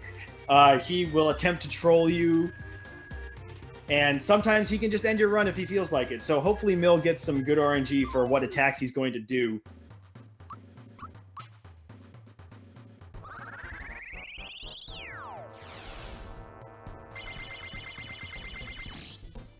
Probably the worst things in this fight that can happen is double Dark Star on one character and Ice Rock on Mario and Fear Roulette on Peach. Mm-hmm. There are a number of things that the little bells up top there called the dingalings can do. So we have this routed out so that we're going to kill the dingalings in 2 turns. So as long as they don't do anything too bad on the first turn, we're pretty good here. So everyone's still alive after the first turn, so that's good. That's what you want to see. As long as everyone is still alive after the first turn, then you'll be able to complete this fight without too much of trouble here. If one of the two bells ends up getting recovered after the first turn, that can be a little bit of annoying. It slows your fight down a bit, but overall it's not the worst thing in the world to happen. No, it's far from the worst thing that can happen in this fight. As evidenced at SSS. Indeed. That was probably the worst countdown fight I've ever seen. So right now, Countdown is just doing some attacks and healing himself. There's nothing too much that can go wrong here. He is wasting a bit of time by putting Mario to sleep, but not really a big deal. We're not in any danger of dying. The only point we're really in danger of dying is when the dinglings are actually alive. Once they're dead, we're pretty good. Countdown is also the name of a very good SMRPG runner. We like to blame him when things go wrong at the Countdown fight. Indeed, it's all his fault. So Lax going into the Mega Smilax fight now in Bean Valley. So hopefully he's going to get some Ice Bomb freebies here.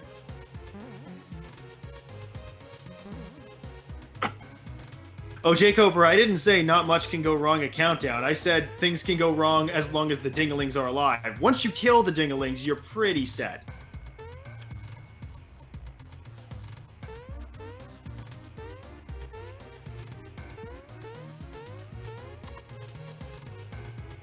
Also, yes, a couple people in the chat have noticed one of the visual things that's unique to this game.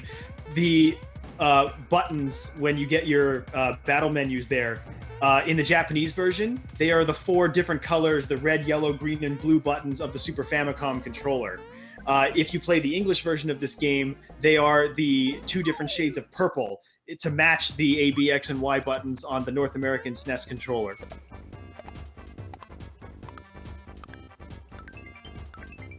So, of course, if you're playing the Japanese version with an North American controller, the button colors are not actually going to match. However, I think pretty much all of the runners who play this game play the Japanese version with a Super Famicom controller. So the colors all match up, so everything is fine. No need to worry.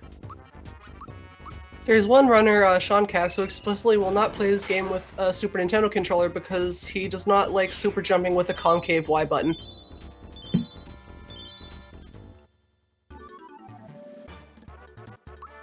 I can echo that fact. I think that's probably one of the main reasons to get a Super Famicom controller.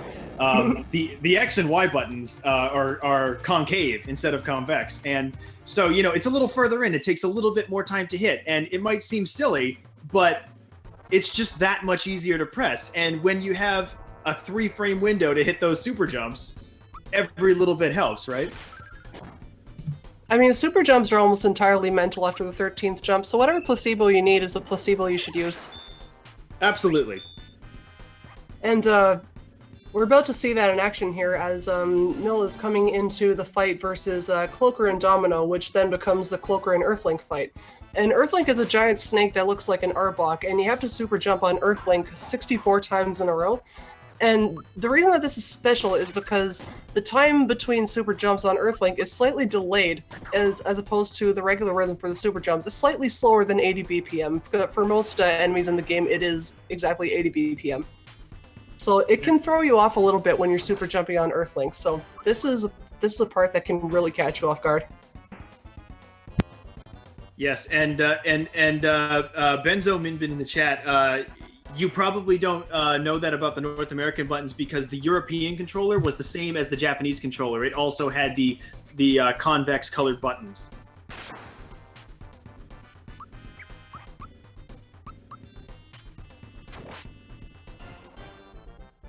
Alright, so Mill's going to be starting his super jumps on Earthlink now. Like Pidge said, the normal window between super jumps is 40 frames, and on Earthlink, I believe it's 41 frames. So it's slightly delayed. I don't know why that is, but it makes doing super jumps on Earthlink annoying. It's a very slight difference, but it's noticeable enough because it's just a 3-frame window that it can trip you up.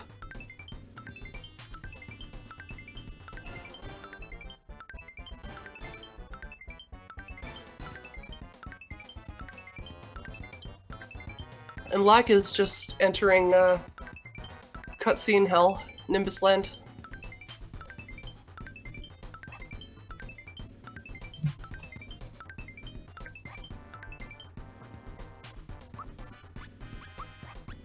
And it looks like Mill unfortunately dropped super jumps just a little bit early. He was almost there.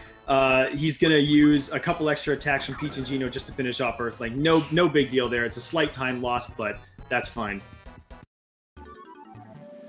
And Lack's going to be going into Cutscene Central in Nimbus Land here, while Mill heads into the final fights in the Inner Factory.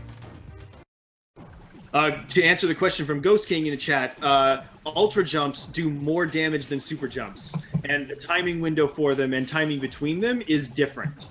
So they're actually it's actually a little bit tighter. It's a 2-frame window instead of a 3-frame window for Ultra Jumps. But they do more damage than Super Jumps. We use Ultra Jumps in the Czar Dragon fight only. That's about the only time in the game that in the speedrun that you'll use Ultra Jumps. And also Axums if you don't freebie a rock candy. And also Axums if you don't freebie the rock candy. Yeah, ideally you don't want to do Ultra Jumps on Axums, but you do it if you have to. Gods, pray to the RNG gods that you get your rock candy on the Axums. Mm-hmm. Fearless Decoy, with the spell swap glitch, if Geno levels up to unlock a spell that Peach previously got, Geno also learns that spell. So Peach hitting that level and learning that spell doesn't affect Geno's ability to do that. The only thing the game looks at is what character is hitting what level, and as long as a character hits a level where they're supposed to learn a spell, the game will give them that spell, regardless of whatever the other characters have. So we abuse that with the ability swap glitch by confusing the game as to which character is where.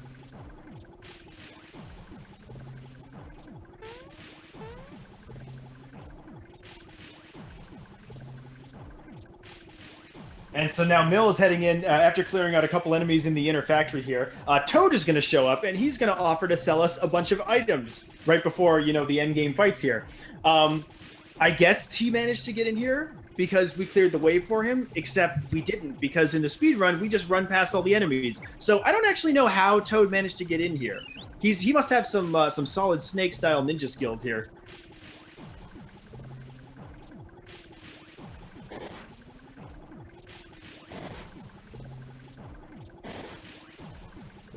Ah, W-Tone has it right. He didn't forget his bazooka this time. I mean, Mario already did all the hard work anyway. Toad didn't have to fight Countdown. That's true. Alright, so as Mill, Geno blasts, Pink Geno's his way through the last of the factory fights here. Lack's going to be doing the Dodo minigame here.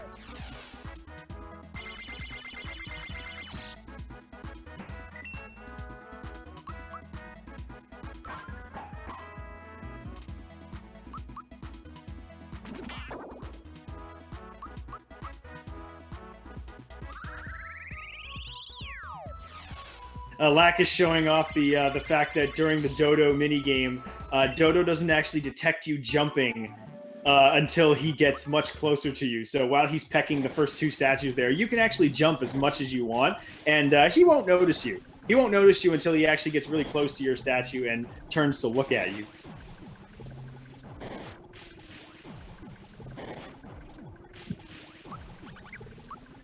With Dodo, you actually jump when his hat is slightly covering his eyes, which is a detail I never really noticed until recently. His hat always slides forward over his eyes, then you can't see you jumping, so he gets super confused and kind of runs away. Oh, I've never actually noticed that before. I would always do the final jump too early and have to restart the minigame, so once I kind of realized that that's where you had to do it, it's like, the timing makes a lot more sense now. Yeah, the timing was never a problem, but I didn't notice that little visual detail kind of explaining why Dodo doesn't see Mario jumping in front of him. That's a nice little touch. I like that.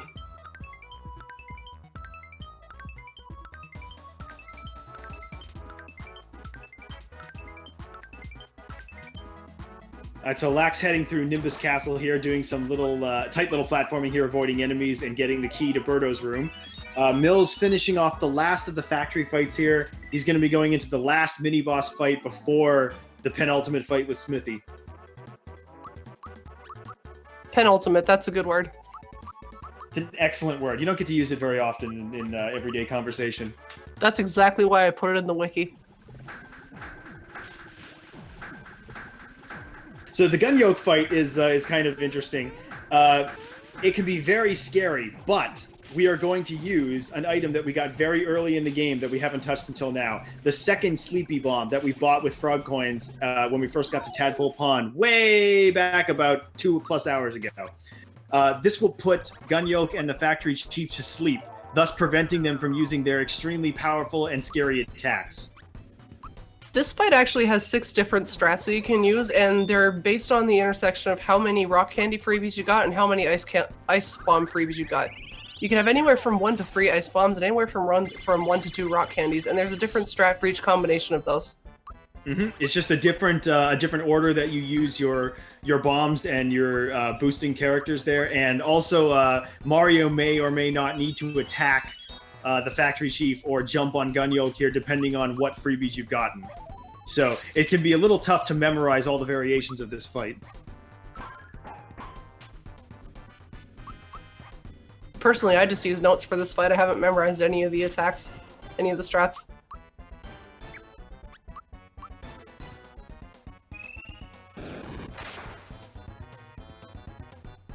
It looks like Mill might have mistimed one of his moves. Gunyolk's still not dead. But he can still take him out. Yeah, it looks like he did. I didn't see what happened there. Lack is finishing up his Birdo fight there and going into the Valentina cutscene. Looks like Mill's going to be okay, though. He's just getting a couple extra attacks there with Geno Beam and Shocker on Gunyolk there, and he should be fine.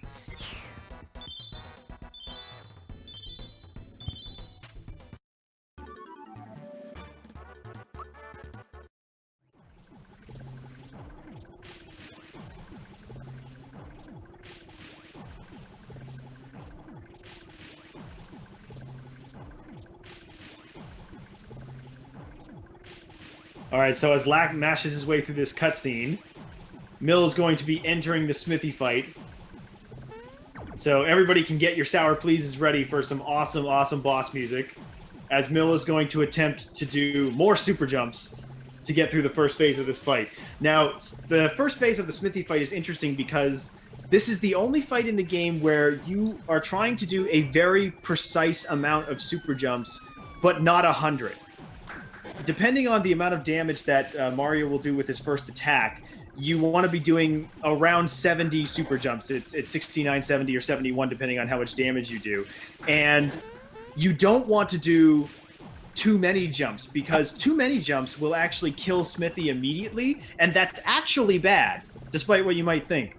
Because we're trying to manipulate the turn order going into the second phase of the Smithy fight. And if we kill Smithy with Mario's super jumps, then when we go into the second phase of the fight, we will miss out on getting some extra damage. We can get a free turn of attacks on Smithy before he starts messing with his head, if we do this properly. So Mill's going to attempt to do a lot, but not too many super jumps.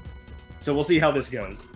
Generally you get between 69 and 71, but getting enough damage to only have to do 69 is very rare, because Mario's Ultra Hammer can deal on Smithy anywhere between, I believe, 208 to 236 damage, and it's only if you get exactly 236 damage that you can go as low as 69. Most of the time you're going to have to do 70. If you're really unlucky, you're going to have to do 71.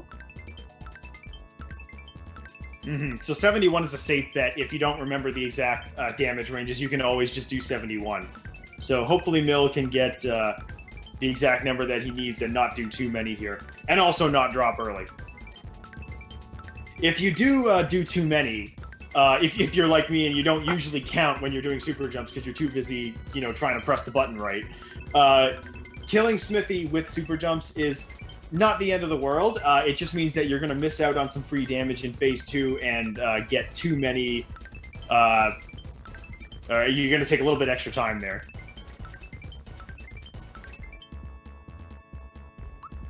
What's kind of interesting about this game is that most of the damage in this game, like whether it's you attacking an enemy or an enemy attacking you, follows a strict calculation. The only RNG that really comes into play in determining the damage for a set attack is when you have a weapon equipped, and each weapon has its own range that is factored into the damage equation. So that's why when Mario uses Ultra Hammer, there's actually a range on it, but if he uses like an unarmed attack, it'll always do a set amount of damage. Or if Smithy uses Sledge on you, you always know how much damage Sledge is going to do to you. There's no RNG to be factor in there. It's like they're pretty much like RNG with your attacks is just going to determine how many super jumps you have to do after, and it's a very small variation. It looks like Mill did in fact finish phase 1 of Smithy with the correct number of super jumps. So he got to Geno boost Peach and then have Peach use the rock candy to finish phase 1. So that means that now Peach was the last one to act in phase 1, and that will set up the turn order for phase 2, where he will get a free turn with his party to wail on the unformed head before Smithy starts changing the form of his head.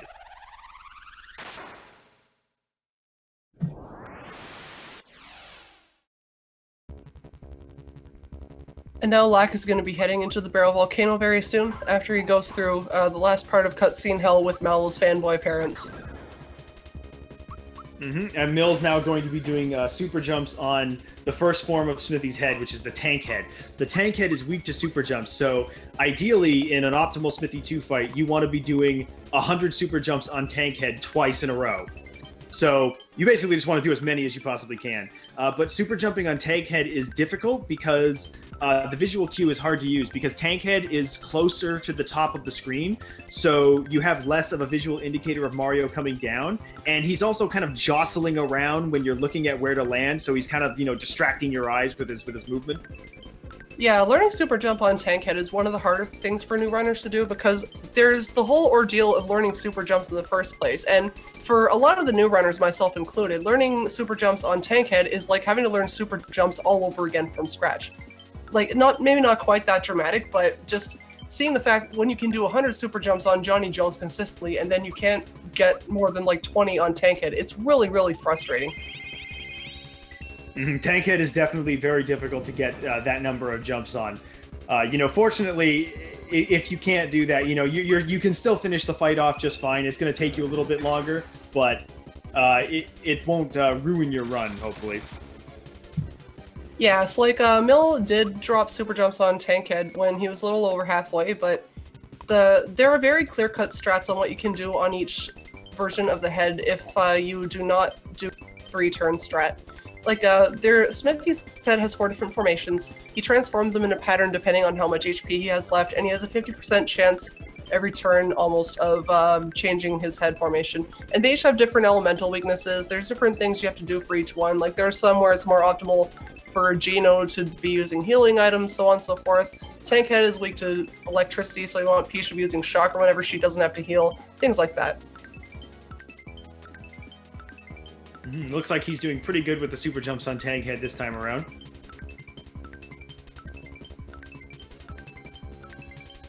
Now, of course, ideally, even if you drop jumps on tank head, he may not necessarily change the form of his head. The body has a 50% chance to do that every round, and he won't change it 2 turns in a row, I believe. That's right. He will not change it in the next turn after he just changed it. So there are times when you can get tank head for like 7 turns in a row. Sometimes it just happens once. And Lack's going into Barrel Volcano now with some excellent music. And it looks like Mill does indeed get the 100 jumps on tank head there. You saw 30-28 damage. 30-28, nice. So now Smithy is going to transform into Chest Head. What Chest Head will always do is perform 1 status ailment on your entire party, which will only ever affect Geno since Peach has Safety Ring and Mario has the attack suit. But Chest Head will always transform after 2 turns. So he'll do 1 status ailment and then switch his next turn. So you want to...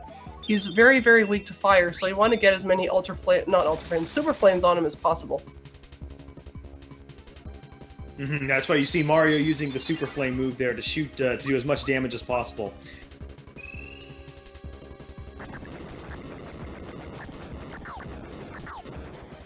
And it looks like that Super Flame is going to do it. Smithy has now been defeated.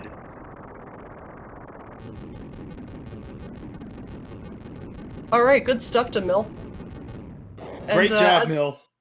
As is customary in Super Mario RPG speedruns, the timer does not stop until the end of the credits when the D in the end has shown up on the screen. So that's about another 11 minutes left in the run.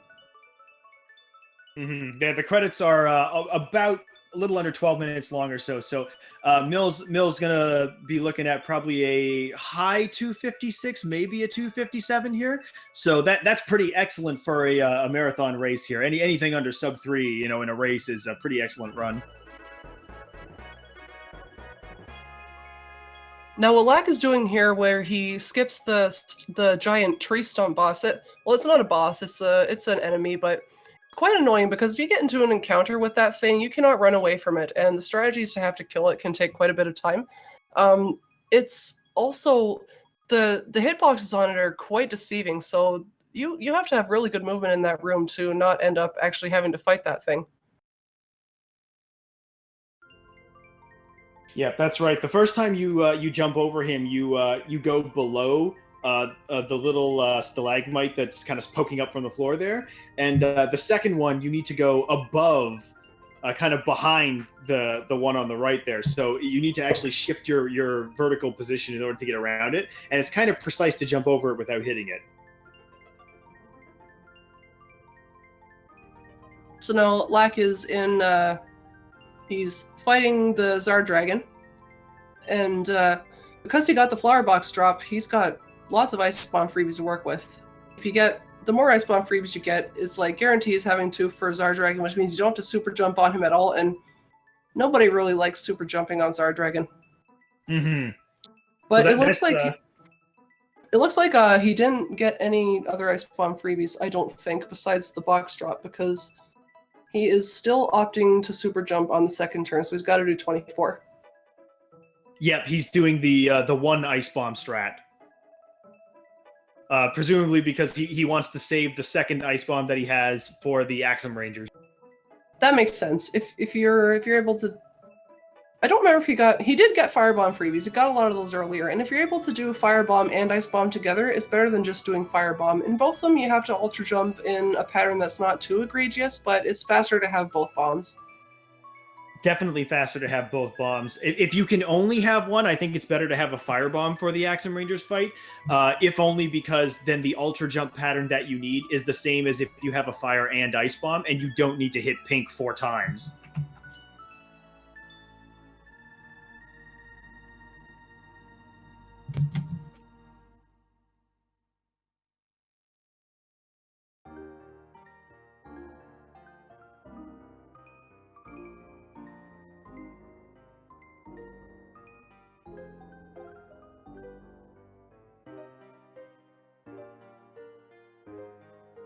All right, so Mill's going to go shower now, since doing a 3-hour speed run right after a work shift is in Florida is hot work. Oh, I bet. We thought we had it bad in Toronto this year. Oh, yeah. Now, I'm really curious to see what Lack's end time is going to be, because he's still on pretty good pace here, so...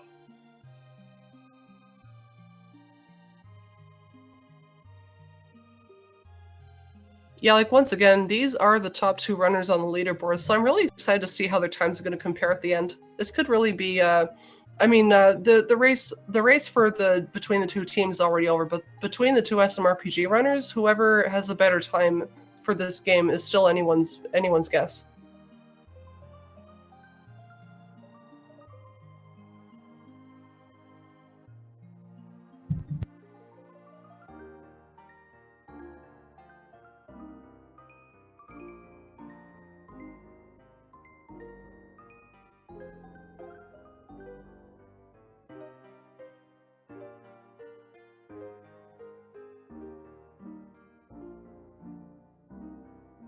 All right, so Mill's going to be going into the credits now as Lack gets ready to fight the Axum Rangers.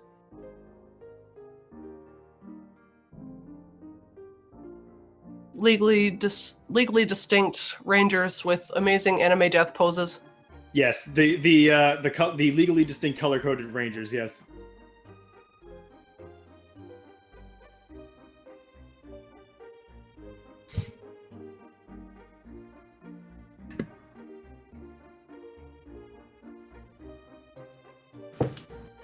All right, so as Lack's chasing the Axum Rangers up the volcano here, the sort of end of the story is going to be rolling for Mill, and we're going to be going into the best part of the run, and that is the parade.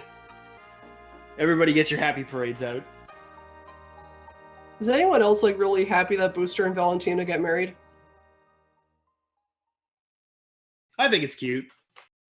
I think they're two of the funniest characters in the game, and that is like a random as hell ship. It is. And now we get to see Luigi. This is what Luigi's been up to the entire game here. He's been secretly preparing this parade for the inevitable victory of his big brother Mario.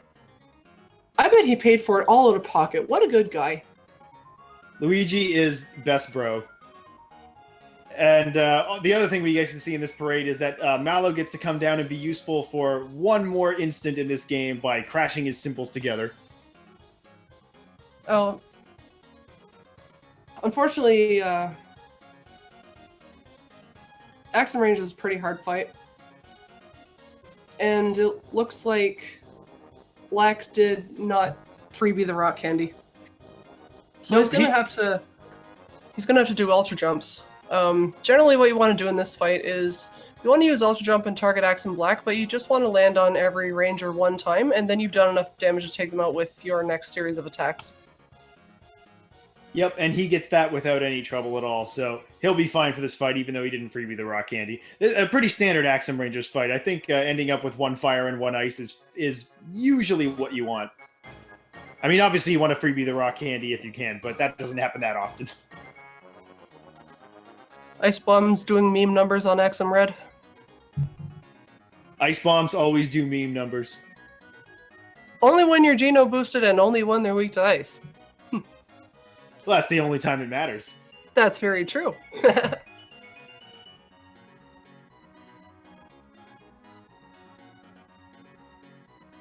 Alright, so Lack's going to finish up the Axum Ranger fight with no trouble at all here.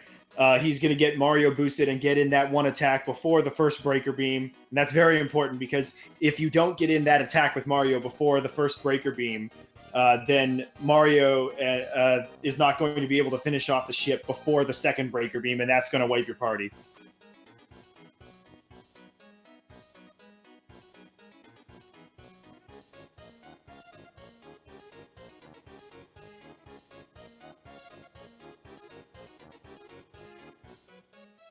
This fight is like something right out of an anime. I love it.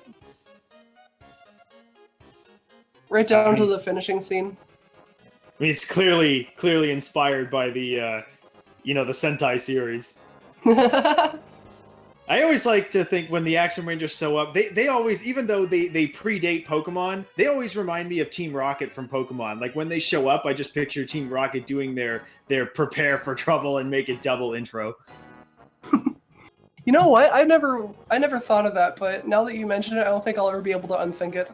You'll never be able to unthink it. Every time when you beat Zardragon and they show up, you'll hear it in your head. Oh, thanks a lot, Dork. Now my stream has to suffer through all these Team Rocket references in every single one of my runs in the future. You're welcome. Alright, so now that the Axum Rangers have been dispatched, Black's gonna head back to Nimbus Castle for the big cutscene.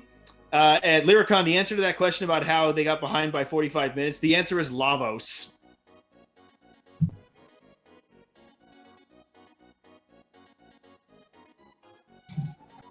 So we're about to see a bit of a shorter cutscene than the one after Valentina, and then the good old trusty Nimbus Manip. Now, Nimbus Manip itself is not particularly difficult to execute. I think the actual hardest part about Nimbus Manip is remembering all the door patterns, because Nimbus Manip is not quite as exact as Mario's Pabanip. Mario's Pabanip will always be doors 1, 2, 4, and 5. With Nimbus Manip, generally you start in door number 5 and see if it's either the quiz room or the coin room, and then depending on that, tells you what door you need to check out next, and then whatever that door is determines what doors you need to do next. It could be like any combination of the 6, but you always know which one it's going to be depending on the flow of which rooms you get. And that's why you just do Mario's pad. You can choose to do that too. Generally, I usually have my notes open beside me, so I haven't actually memorized the chart, but it's not a very complex flow chart to begin with.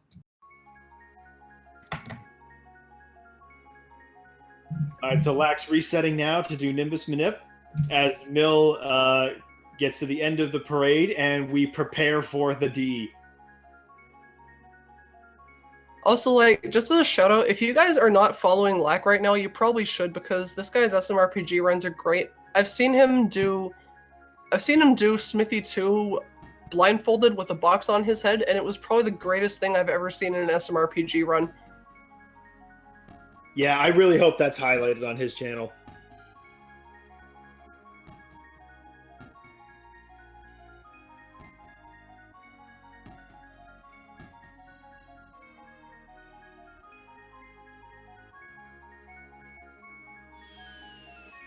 Alright, so Lack is now on the bus, it looks like. And on Mill's side, we are preparing for the best part of the entire run, the D. I'm not sure if I like this more or if I like Booster's Tower more.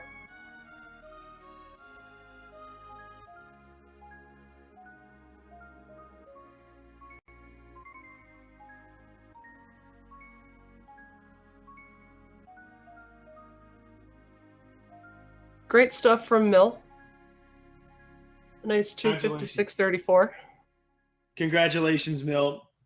Mill finishes with a 256.34, and we got the D. Congratulations to Team New for winning.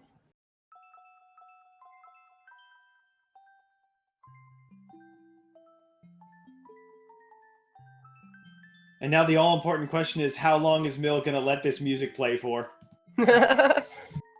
Hopefully the rest of the stream. It's very good. Sometimes I just let this music run on my TV in the background. It is extremely cathartic when you finish a run of this game and you get the D and you're feeling satisfied and you just let this play. It's like a lullaby. You're just ready to go to bed after. Oh man, I don't know, man. Most of my runs when I finish are not cathartic at all. Well, if you just got a PB or something. Yeah, that's true. Coin box game is pretty cool. You gotta make sure that Dr. Topper takes the 21st coin in the box. That's how you beat him. If you take the 21st coin, you lose and you have to restart the room. So if you get the 10th or the 15th coin, you're guaranteed to win because you can only take between 1 and 4 coins, no more, no less. So you can kind of manipulate yourself into always getting the 5th coin. And you can always get a multiple of 5, unless you have really, really bad RNG, and he will supplement your coins every time. But I don't think I've ever seen that happen. Yeah, it's extremely rare for that to happen, but it is technically possible. Interesting Lack, ball solitaire pattern. Lack does the same ball solitaire pattern that I do, which is slightly less efficient but easier to remember. I actually was not aware of that pattern. I just use the one that's on the wiki because I programmed that thing for it and memorized it. Yeah, that's a slightly easier pattern. I actually practiced it on your app, even though once you get past the first few times, it says it doesn't have any hints left because it doesn't know what you're doing. Yeah, yeah. It still works though. That's interesting. I don't think I've seen that strat before. Very cool. It is very slightly slower. It's a second or two slower maybe, but it's just a much easier pattern to remember, I find. So I use that. Yeah, it looks much safer for sure. And now in the barrel counting game, there's actually a base number for both phases of the barrel counting game, and there are some barrels that are slightly darker. But if you have a hard time telling which ones are differently colored and counting those up, then you can still count them manually. You still have lots of time to do it. Yeah, there's really no problem that you have counting these barrels. And apparently, some people apparently have trouble, seeing the which barrels are slightly different color than the other ones to count that. So if you want to just count them normally, that's perfectly fine. You have plenty of time. I'm one of those people. I gotta do that. I wasn't going to mention any names, but...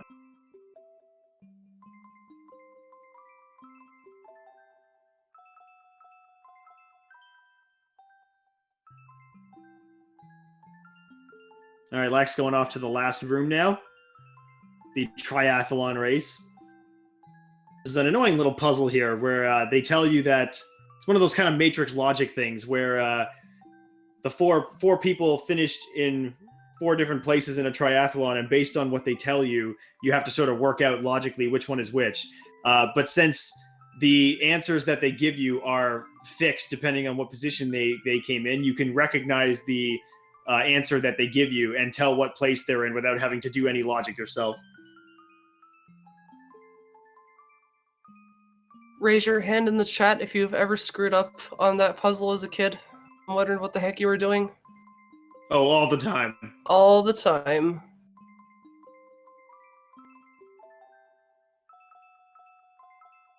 All right, Lack's now going into the action rooms. He's going to jump across some platforms, and he's going to get on this cannonball and work his way across the room. And that cannonball is an interesting little dexterity challenge. When you're on top of the cannonball, your direction controls are reversed. So in order to move up and to the right, you have to hold down and to the left instead. And that wouldn't be so bad if you could just, brute force your way through it. But while you're doing that, there are those 2 bombs walking around the ground. And if you happen to run into those, you have to start the room over again. So usually it's fine. They don't usually get in the way and troll you, but sometimes they do. And then you just get stuck and you can't seem to get past them.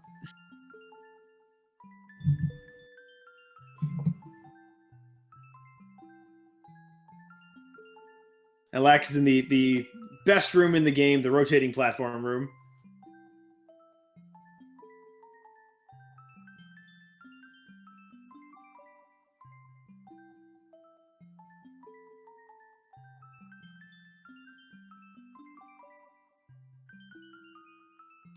DH Storm, Lax pace is looking pretty good right now. He is a minute behind Mill on the Zar Dragon split, so right now he's probably looking to finish about a minute slower than Mill. But if he saves a bit of time in factory, he might end up about the same time. So yeah, it's kind of a shame that they didn't get to actually start at the exact same time, because it could have been a pretty tight race between the 2 of them.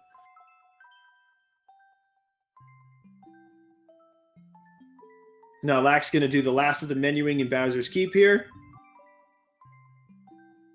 And he's going to head into the Magic Koopa fight.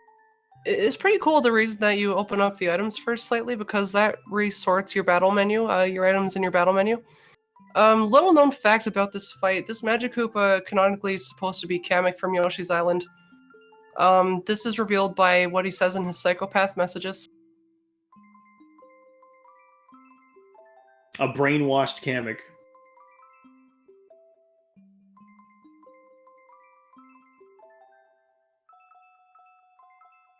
Which makes me feel bad about bringing Bowser into the fight. But I don't do that strat anymore because it's slow. Yeah, there is a slower strat where you leave Bowser in your party and change your equip slightly in order to make this fight a little more consistent, because if you do it with Mario, Peach, and Geno, you have to be able to perfectly time all of your attacks in order to kill Magic Koopa in the first 2 turns before he starts summoning enemies. That's right. If you're not confident in doing that, then you might want to do the slower backup strat, but that is going to require you doing an extra menu afterwards, so it does lose a bit of time. Generally, most physical attacks from your party member have a 7-frame sweet spot that makes you twice as much damage as an untimed attack, with an 8-frame, I think, window on either before and after that 7-frame window that does half-timed, but Peach's Super Slap is a little bit different. It's got the 7-frame sweet spot in the middle, but the buffer before it for half-timing is only like a couple of frames, so the timing on her attack is a little bit weird. But once you learn it, the Magic Koopa fight is super easy.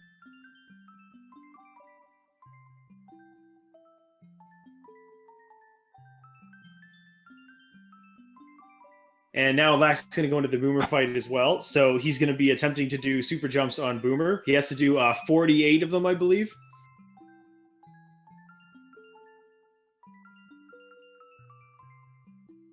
Yeah, generally versus Boomer, you do 47 jumps, I think. I mean, I'm not one to talk because I always drop jumps on Boomer, but I think it's 47. I don't count in jumps anyway.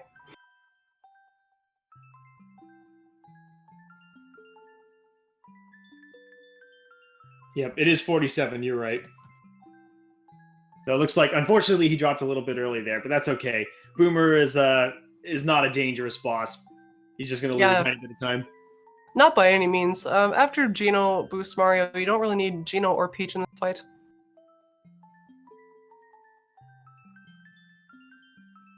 And most of his attacks are physical, besides Storm and Blast, neither of which will kill Mario anyway.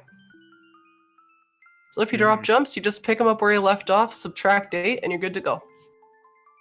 Yep, a little bit of an interesting end to the fight there. So he dropped jumps a little bit before Boomer was almost dead, and he finished him off with a physical attack from Geno, which doesn't do very much damage, so he had to be really close to dying in order to get that. And unfortunately, Boomer is once again going to commit Sudoku. Boomer-chan, come back. He's just going to party with Punch and L and the XM Rain, who are also not present in the ending parade.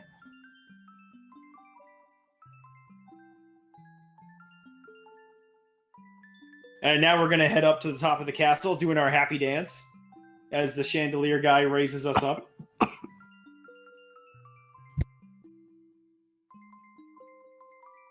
I like the dialogue that the Shy Guy has here. He says, "Fasten your seatbelts."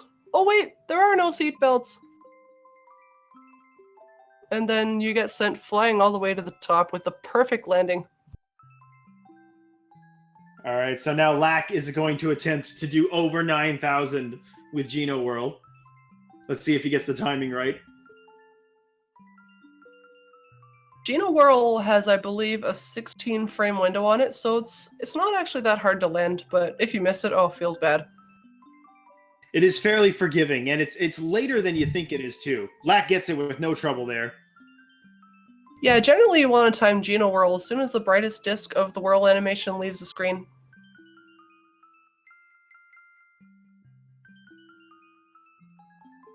Yeah, most people, when they try to time that attack, when they have trouble with it, they'll try to time it like as the whirl actually hits the enemy, but it's actually when it leaves the screen, so it's later than you think it is. Some of the timings can be a little bit odd in where they are. Yeah, I find most of the timings are very intuitive, but some of them are quite strange. Most of them are fairly intuitive, but yeah, some of them are quite strange.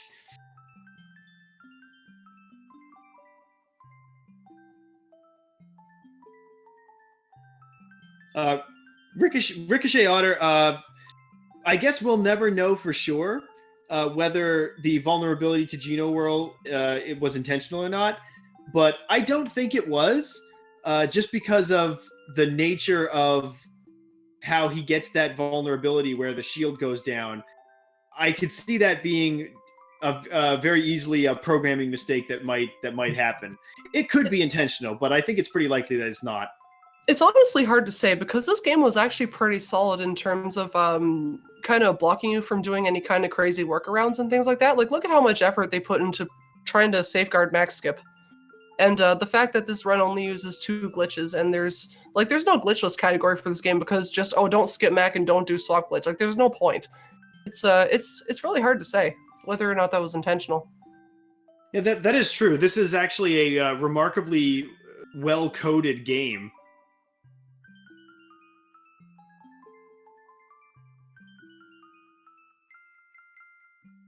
All right, last going to do our last kind of big equip menu here once we get the Ultra Hammer. And now he's going to be coming up to the Countdown fight as well, so hopefully Countdown will treat him well.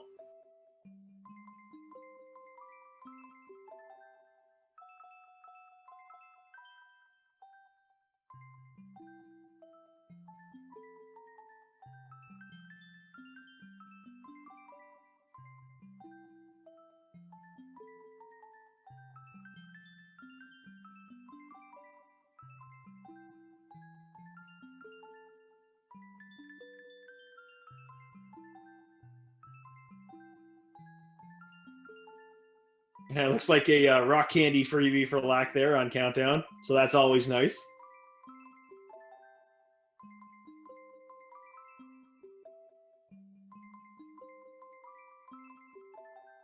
Rock Candy Freebie, that's fantastic. He can use that on Gun Yolk or Machine Made Yardovich or... Ooh. Who else? Oh, it looked like his turn 1 was going to be pretty good there, but unfortunately it didn't quite work out. It's not too bad, though.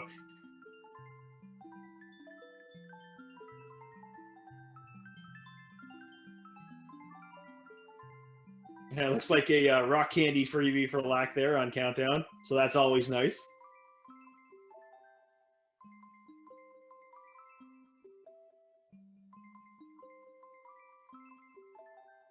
Rock candy freebie. That's fantastic. He can use that on Gun Yolk or Machine Made Yardage. All right, so or... unfortunately, yeah, Rip Mario, unfortunately, but if Countdown is going to kill anyone, Mario is the best candidate there because after the first turn, when Mario throws the rock candy, he's just doing damage directly to Countdown himself. Peach and Geno are going to be finishing off the dinglings, and getting rid of those dinglings as soon as possible is the most important aspect of the fight. So as long as you can get rid of those, without losing Peach or Geno, you're not going to lose too much time. You're going to lose a bit of time from having Mario die, but it's not fantastic. As bad as it could have been. You can use that.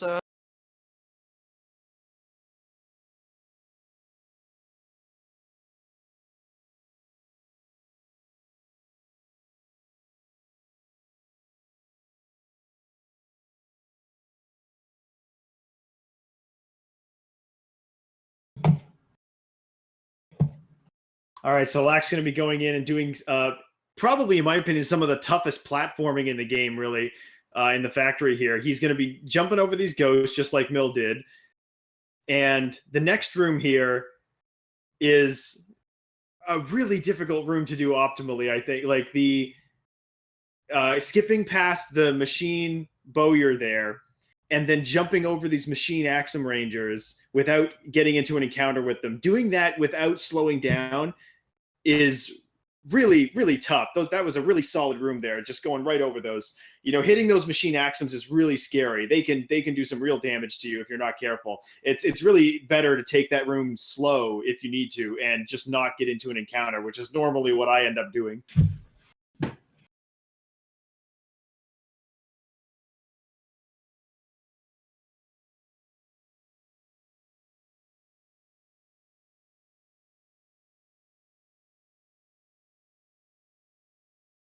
All right, so it looks like Lack had a good machine Eurydica fight there. Yeah, he opted to use his rock candy freebie to forego using 5 extra super jumps for Shocker. Yep, it's just a little bit faster. Sensible strategy. Mm-hmm. I wonder how many he's got for Gun Yolk.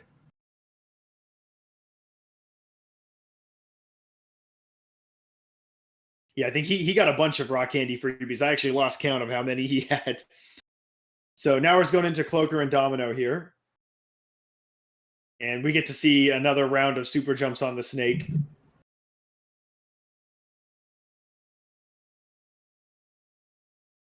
And it looks like he got good RNG on the first turn with their attacks.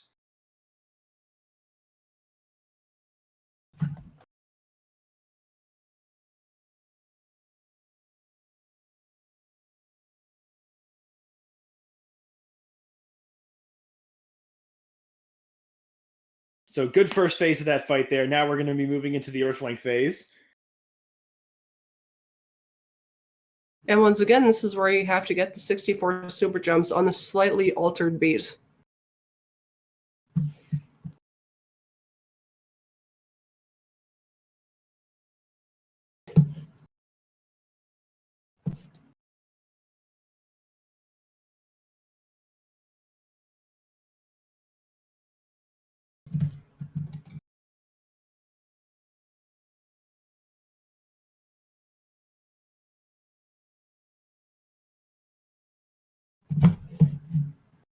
I think it's actually easier to use the visual cue here than the audio cue sometimes, but it's tough. Getting the super jumps on this snake is it just throws you off so much. Generally, I use the visual cue for the snake because I don't find it. I don't know why. For some reason, I don't find the Earthlink jumps that difficult, but I find things like director jumps the hardest thing in the world.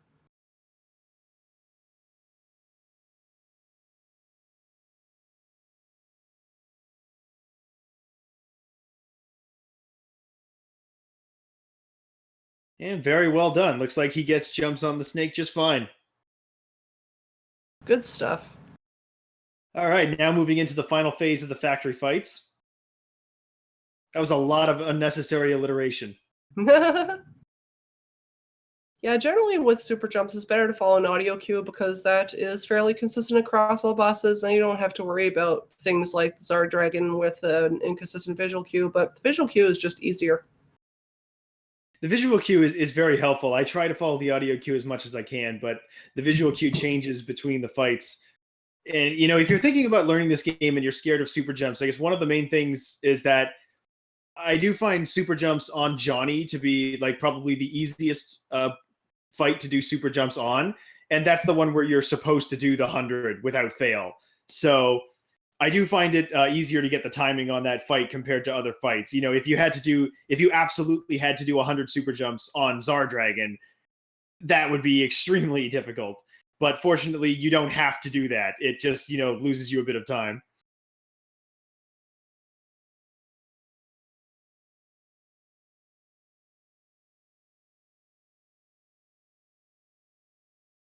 Now, it looks like chat's complaining about the lack of audio here. I'm not Nice sure if pun. it's still on. Is it playing? No, I said nice pun. Oh. Lack of audio. Ha! That wasn't even intentional.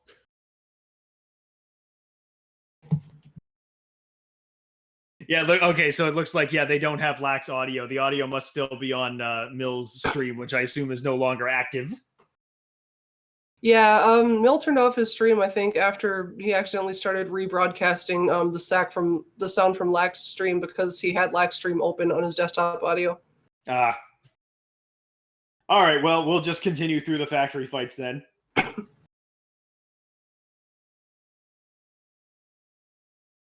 Yeah, theoretically, Mill could boot up the stream and watch Lack's audio, but I think it would be a little bit delayed from what they're showing. I don't know. Yeah, it would be even more delayed. It would be like triple delayed. Anyway, for those in the chat saying we're talking about an audio cue you can't hear, it's the same audio cue that you've heard all 18 times that super jumps have been used in this race. So it's just like whenever you hear the sound that Mario makes when he lands on somebody. Yeah, unfortunately, we can't do anything about it, so, oh well. Sorry, guys.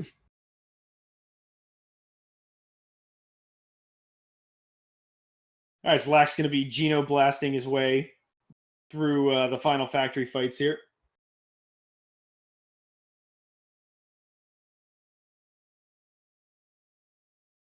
Yeah, I think CK, like they're saying in the chat, he probably fell asleep, which is completely understandable. It's been quite a long marathon. Okay, Yeah. Master Chief Rules, you just joined, so that's okay. If you watch any SMRPG speedrun, super jumps are used 9 times in the run. If you granted that you don't drop them anywhere, then it could be 10 times. And they're used quite often every time after Sunken Ship. So it's just the super jumps follows a beat where it makes a 1-up sound from the other Mario games every time you land a jump after the 5th one. So the audio cue is just that beat that you follow every time it makes that sound.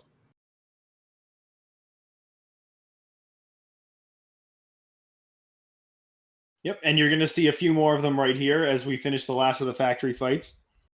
This is the hardest boss in the game to super jump on. The factory chief? I swear. Harder than Tankhead? Yeah. Tankhead I can actually land the proper jumps on. 707 damage is exactly how much you want because then the rest is taken out with a rock candy. If you do more than 39 jumps on this guy, it's not that bad. It's just unnecessary because you use a rock candy to take out all his Mad Mallets. Unlike Johnny with his bandana blues, the Mad Mallets will not die once you kill Director. So you got to take them all out with one thing. Otherwise, he'll just regenerate more of them.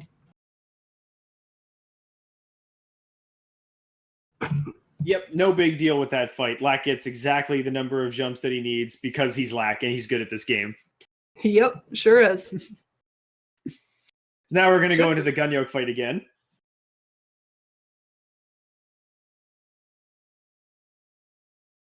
Always start with the Sleepy Bum because Gunyoke knows Breaker Beam, and if you remember much about the Axum Rangers fight, that is a terrifying move to be faced with. Nice meme numbers on the Gunyoke. So it looks like Lack only has 1 Ice Bomb and 2 Rock Candies, so he's going to have to do a little bit different strats here.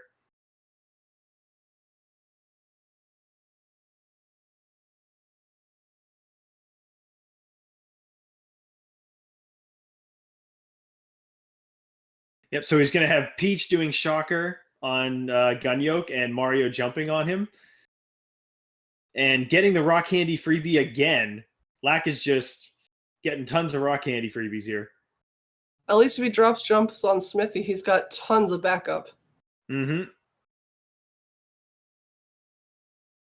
It's looking good. Like we said earlier, there's about 6 different ways you can do that fight, depending on what kind of freebie situation you're in.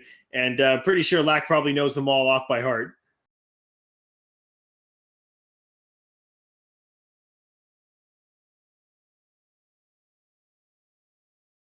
During the SSS race, Lack had notes out on his phone for Nimbus Manip and Gunyoke strats for Alba and Mill to use. Nice. Because that's some complicated memorization you gotta do. That's some heavy flow charting. It is indeed. Some of the fights in the second half of the game here, especially in the late game, there's a number of different strats you have to know depending on how you got to do the fight. So there's quite a bit of memorization to be going on. And interestingly enough, with Gunyoke, I think there is only one possible strat where you can actually switch to another strat if you get an early freebie. With the rest of them, like, you're stuck with whatever you chose. Yeah, you can't really change your pattern of attacks once you lock in. I mean, maybe you could, but it requires some kind of rerouting on the spot, and I guess you'd only do that if you're really, really good.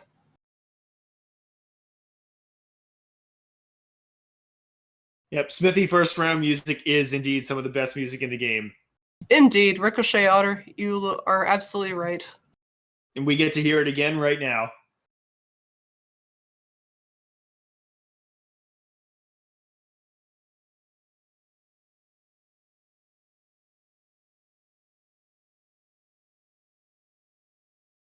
That sweet, sweet marimba.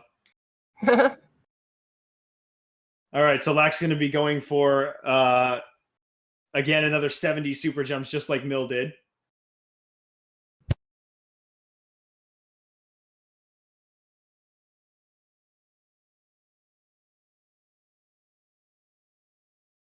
Oh, I accidentally trolled chat because I forgot they can't actually hear the music right now.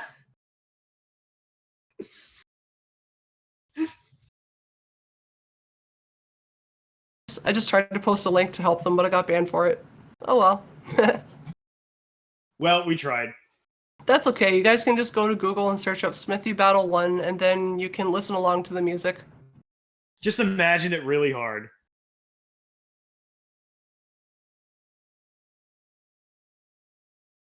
Of course, it's not really Smithy 1 music unless you also have the super jump tick going behind it as well.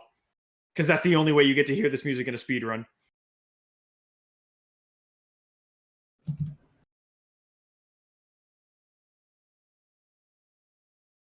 That's true. You can also pull up Lack's hitbox stream if you want to watch directly as well.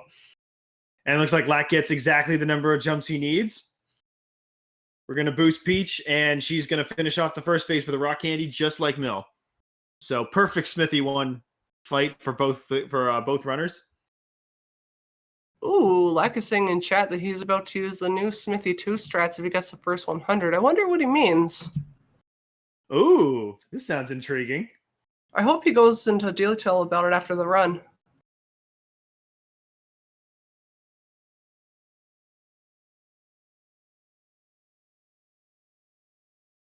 If he does, he might bot Mill at this pace.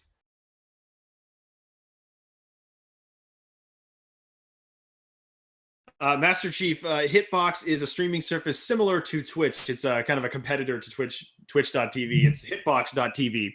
So you can go to hitbox.tv/Lackattack24 and you can watch his Hitbox stream right now.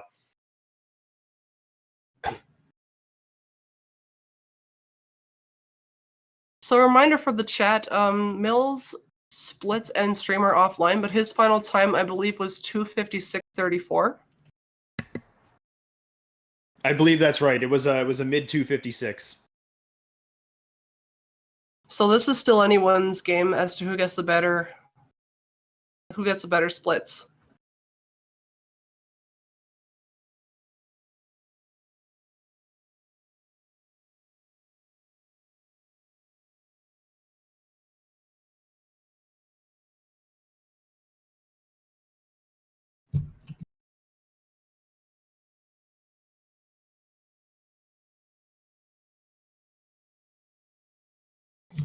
Mondrian106 says, I could never speedrun SMRPG because I would get stuck listening to the sad piano Tadpole Pond Mallow theme for an hour.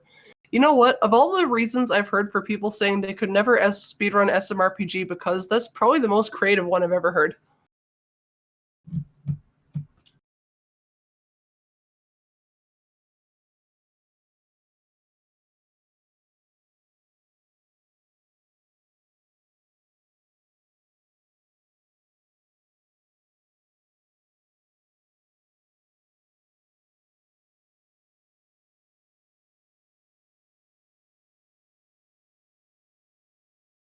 Unfortunately, jumps a little bit early there. He's got a red essence on Gino for this fight now.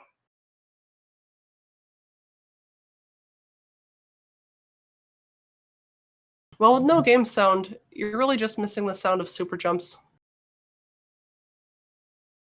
And of course, Smithy 2 music, which is pretty cool. I suggest that you guys tune into Lack's Hitbox stream or pull up the song on YouTube. Ooh.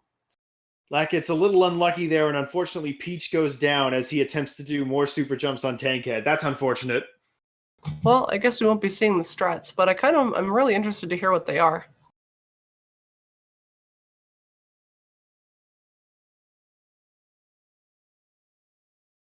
Now, if he can get this, he will probably have Gino just pick up Peach, I assume.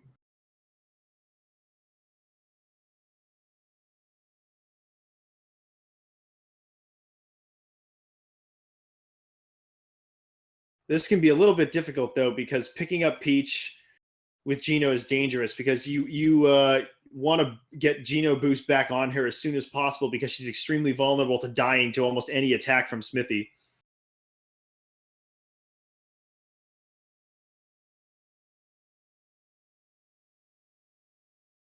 All right, he drops jumps a little bit early again there. Got closer to 100 this time. Looked like about 70 or so.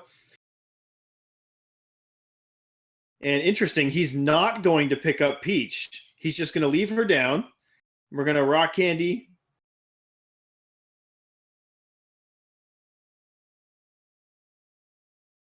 Ooh, safe head. That's the one you really don't want, because Yeah. Shredder, which he will normally use on his first turn. I don't know if that's scripted or if it's random, but that gets rid of all your Geno boosts.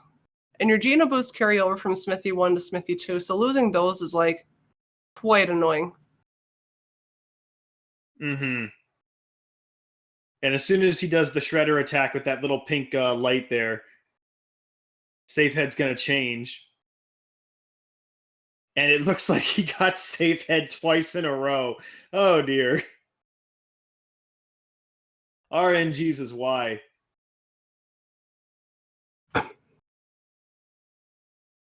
So he's going to have to boost Mario again with Geno. That's just rough. So yeah, he's just going for broke here, trying to finish him off as soon as possible. Keeps freebieing the Fright Bomb repeatedly. Oh my goodness. These Fright Bomb freebies are insane.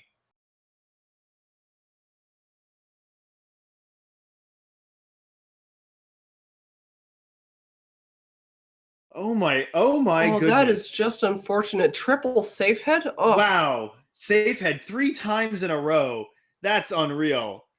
I don't think I've ever seen that before. Wow. The Fright Bomb freebies were very helpful there, I think. Yeah, just a little. those Fright Bomb freebies and nonstop safe heads were crazy. So once Smithy is below 2,000 HP remaining, he starts with 8,000 for the second phase. His head transformations are random, so he can do any of the heads. So getting safe head 3 times in a row is really unlucky.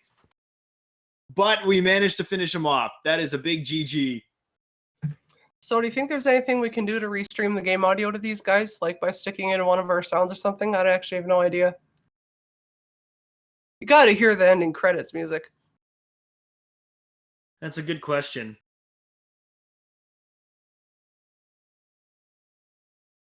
I kind of want to put it in the background of my mic, but I don't think that would sound very good. No, I don't think so. We'd have to feed it into the the Discord chat somehow, but we don't have any control over this channel. We're just in it. Oh, Mill is the only one that can do it.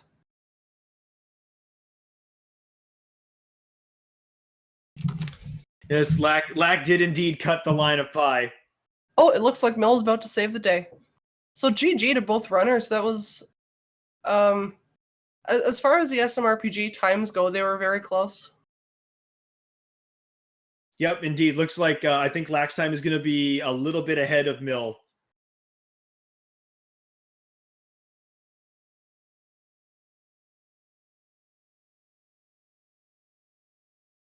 That was a pretty awesome race between two solid runners. If any of you guys like what you saw here today and you're interested in picking this game up, go visit Lackattack's profile or Mill's profile. In fact, just follow them both.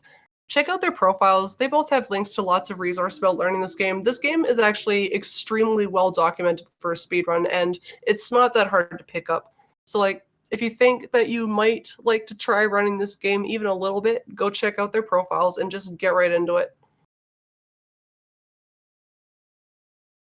Absolutely. Lackattack has actually done a very nice video tutorial for the main any percent route that you saw raced here tonight. So that's an excellent resource along with everything else that's on the wiki now. So we've actually got a pretty good amount of documentation for this game.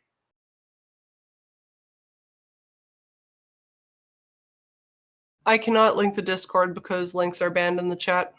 Yeah, unfortunately, if we link the Discord, we're going to get bopped. That's why I'm saying check out Lack and Mill's profile, because I'm pretty sure both of them link to the SMRPG wiki, and the Discord link is on the front page of the wiki.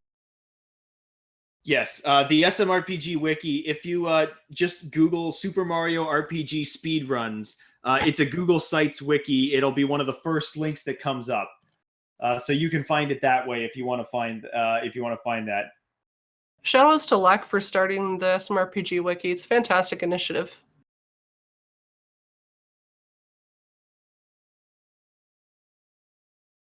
Oh my god, Mill. Poor Mill, he's tired. Mill is very tired. That's okay, Mill. It's actually not one of the first search results that comes up. That's unfortunate.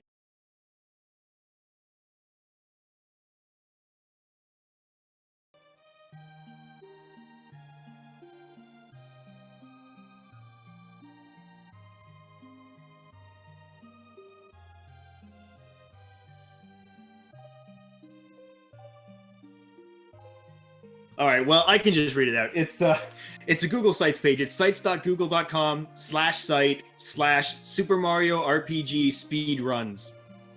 All one word. That's your URL. I can't seem to get it by Googling, but it's definitely linked in everything. Oh, did we get sound back? Yeah, Mill's a hero. He's streaming the sound. Very nice. This is it.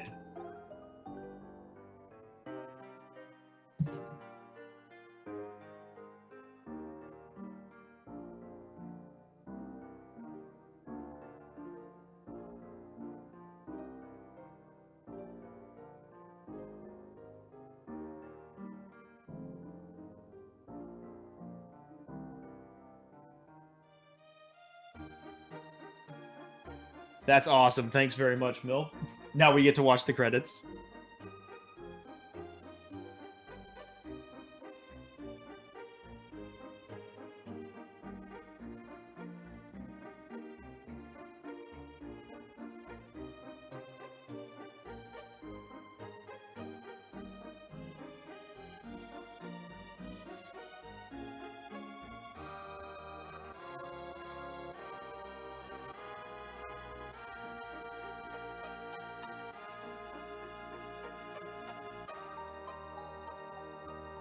And now here comes Luigi round 2.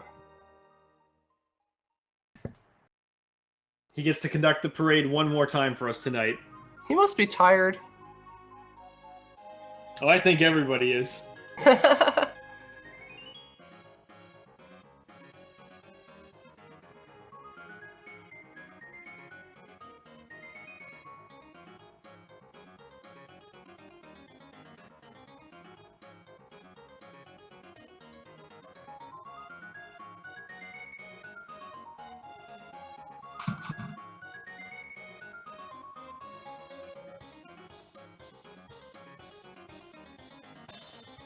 I agree. I think we should do the whole relay again. Do the whole relay again with like 8 new runners. Whoever's awake right now can just participate.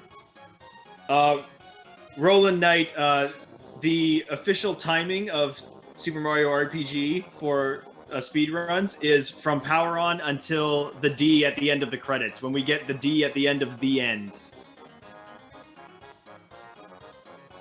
This is a Japanese timing tradition. The Japanese runners usually do from power on until the end of the credits for their speedruns, and so we maintain that tradition. I never noticed that the credits in J are in English. They are. I just noticed that, like, right now. What the crap?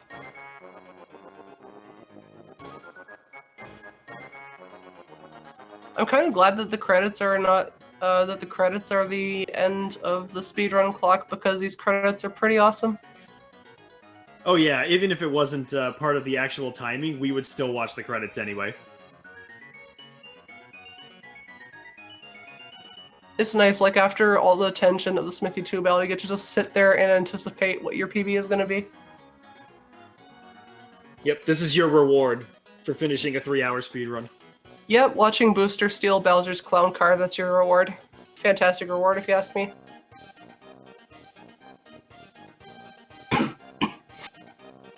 Poor Bowser can't catch a break. He's got Krako looting his castle and then Booster stealing his car.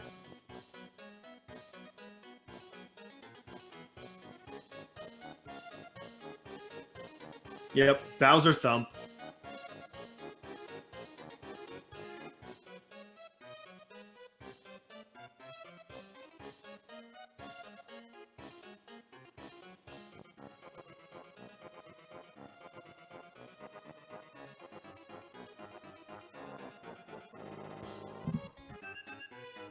Oh, sorry to hear that, D-Star, if you just got here. Unfortunately, it's the end of the run. You missed a pretty good race between the two best SMRPG runners on the planet. But that's okay, just follow both of them. They both run this game pretty often, and their runs are pretty great to watch. Yep, Lack has recently started running this game more often again after taking a bit of a break after SGDQ. So he's going to be going for the 259 now, or 249, sorry. Imagine having 249. Imagine having 249. Imagine in having 2016. sub 3. Imagine getting sub 3 in 2016. Forehead. Yep.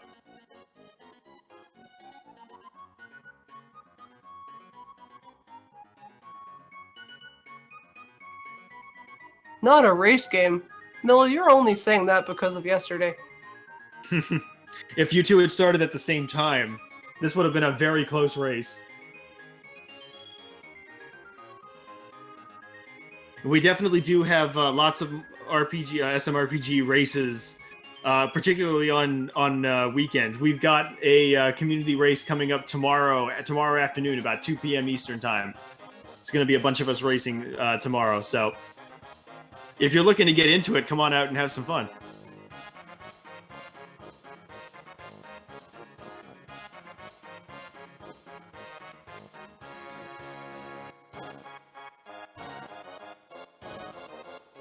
Ha, close. Shots fired. Not quite the Ninja Gaiden relay race from a few years ago, but I don't think anything is going to be that close.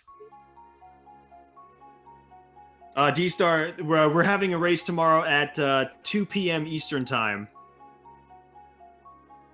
D-Star, if you want to join the race channel, check either Lackattack24 or Millnium's Twitch profiles, and you'll see a link to the SMRPG wiki, I'm pretty sure, and the Discord link is right on the front page of there. And you can join, and there's a races channel where they discuss upcoming race times and such. Oh, Mill. If Mill's still here, he's a mod, so he could post the link. Oh, that's true, he totally could. Hey, Mill, you want to do us a solid?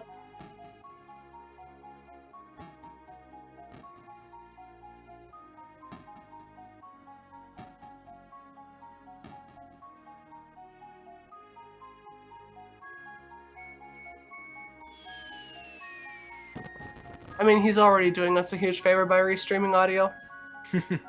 Want to do us another huge solid? What a god. Mm-hmm. Dad X Fire, nice meme.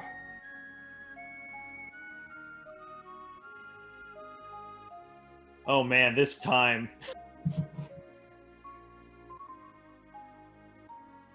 Wow. Like. Congratulations. Lack did not stop the timer on time there. They were some like 15, 20 seconds apart. Pretty cool. Looks like 256.18 that looked like, and Mill was a 256.34, 35. So they're 30 something. About 15 seconds apart. That was a hell of a race. Oh, it's 256.34. His splits are back up now that his stream is back online. Yep. So They were 16 seconds apart. That is epic. pretty awesome. 16 seconds apart on a 3-hour run is pretty insane.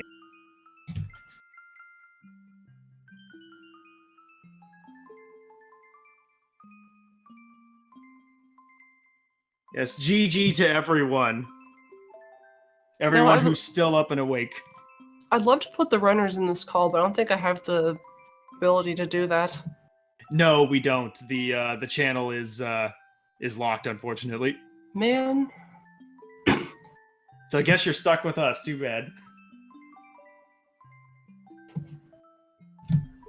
Okay, time to think of something useful to say. I got nothing. I guess thanks for coming out and watching this all-day event. It was a lot of fun. Yeah, this has been awesome. Thanks everyone for tuning in. Thank you to the organizers for allowing us to commentate. Good stuff to all the runners. Amazing job, Lack and Mill, having their runs end up with such close split times. I wish that I had joined this relay race back when it was open to 4 teams. That would have been really cool. Looks like it was a lot of fun to participate in and a lot of fun to watch. And anyone who's interested in picking up SMRPG, just check out the wiki on pretty much like any of our profiles if you type in the follow command for the bot. Oh, just me left in here? No, it's not. Okay, awesome. We're signing off for now. We'll see you guys later. Thank you and good night.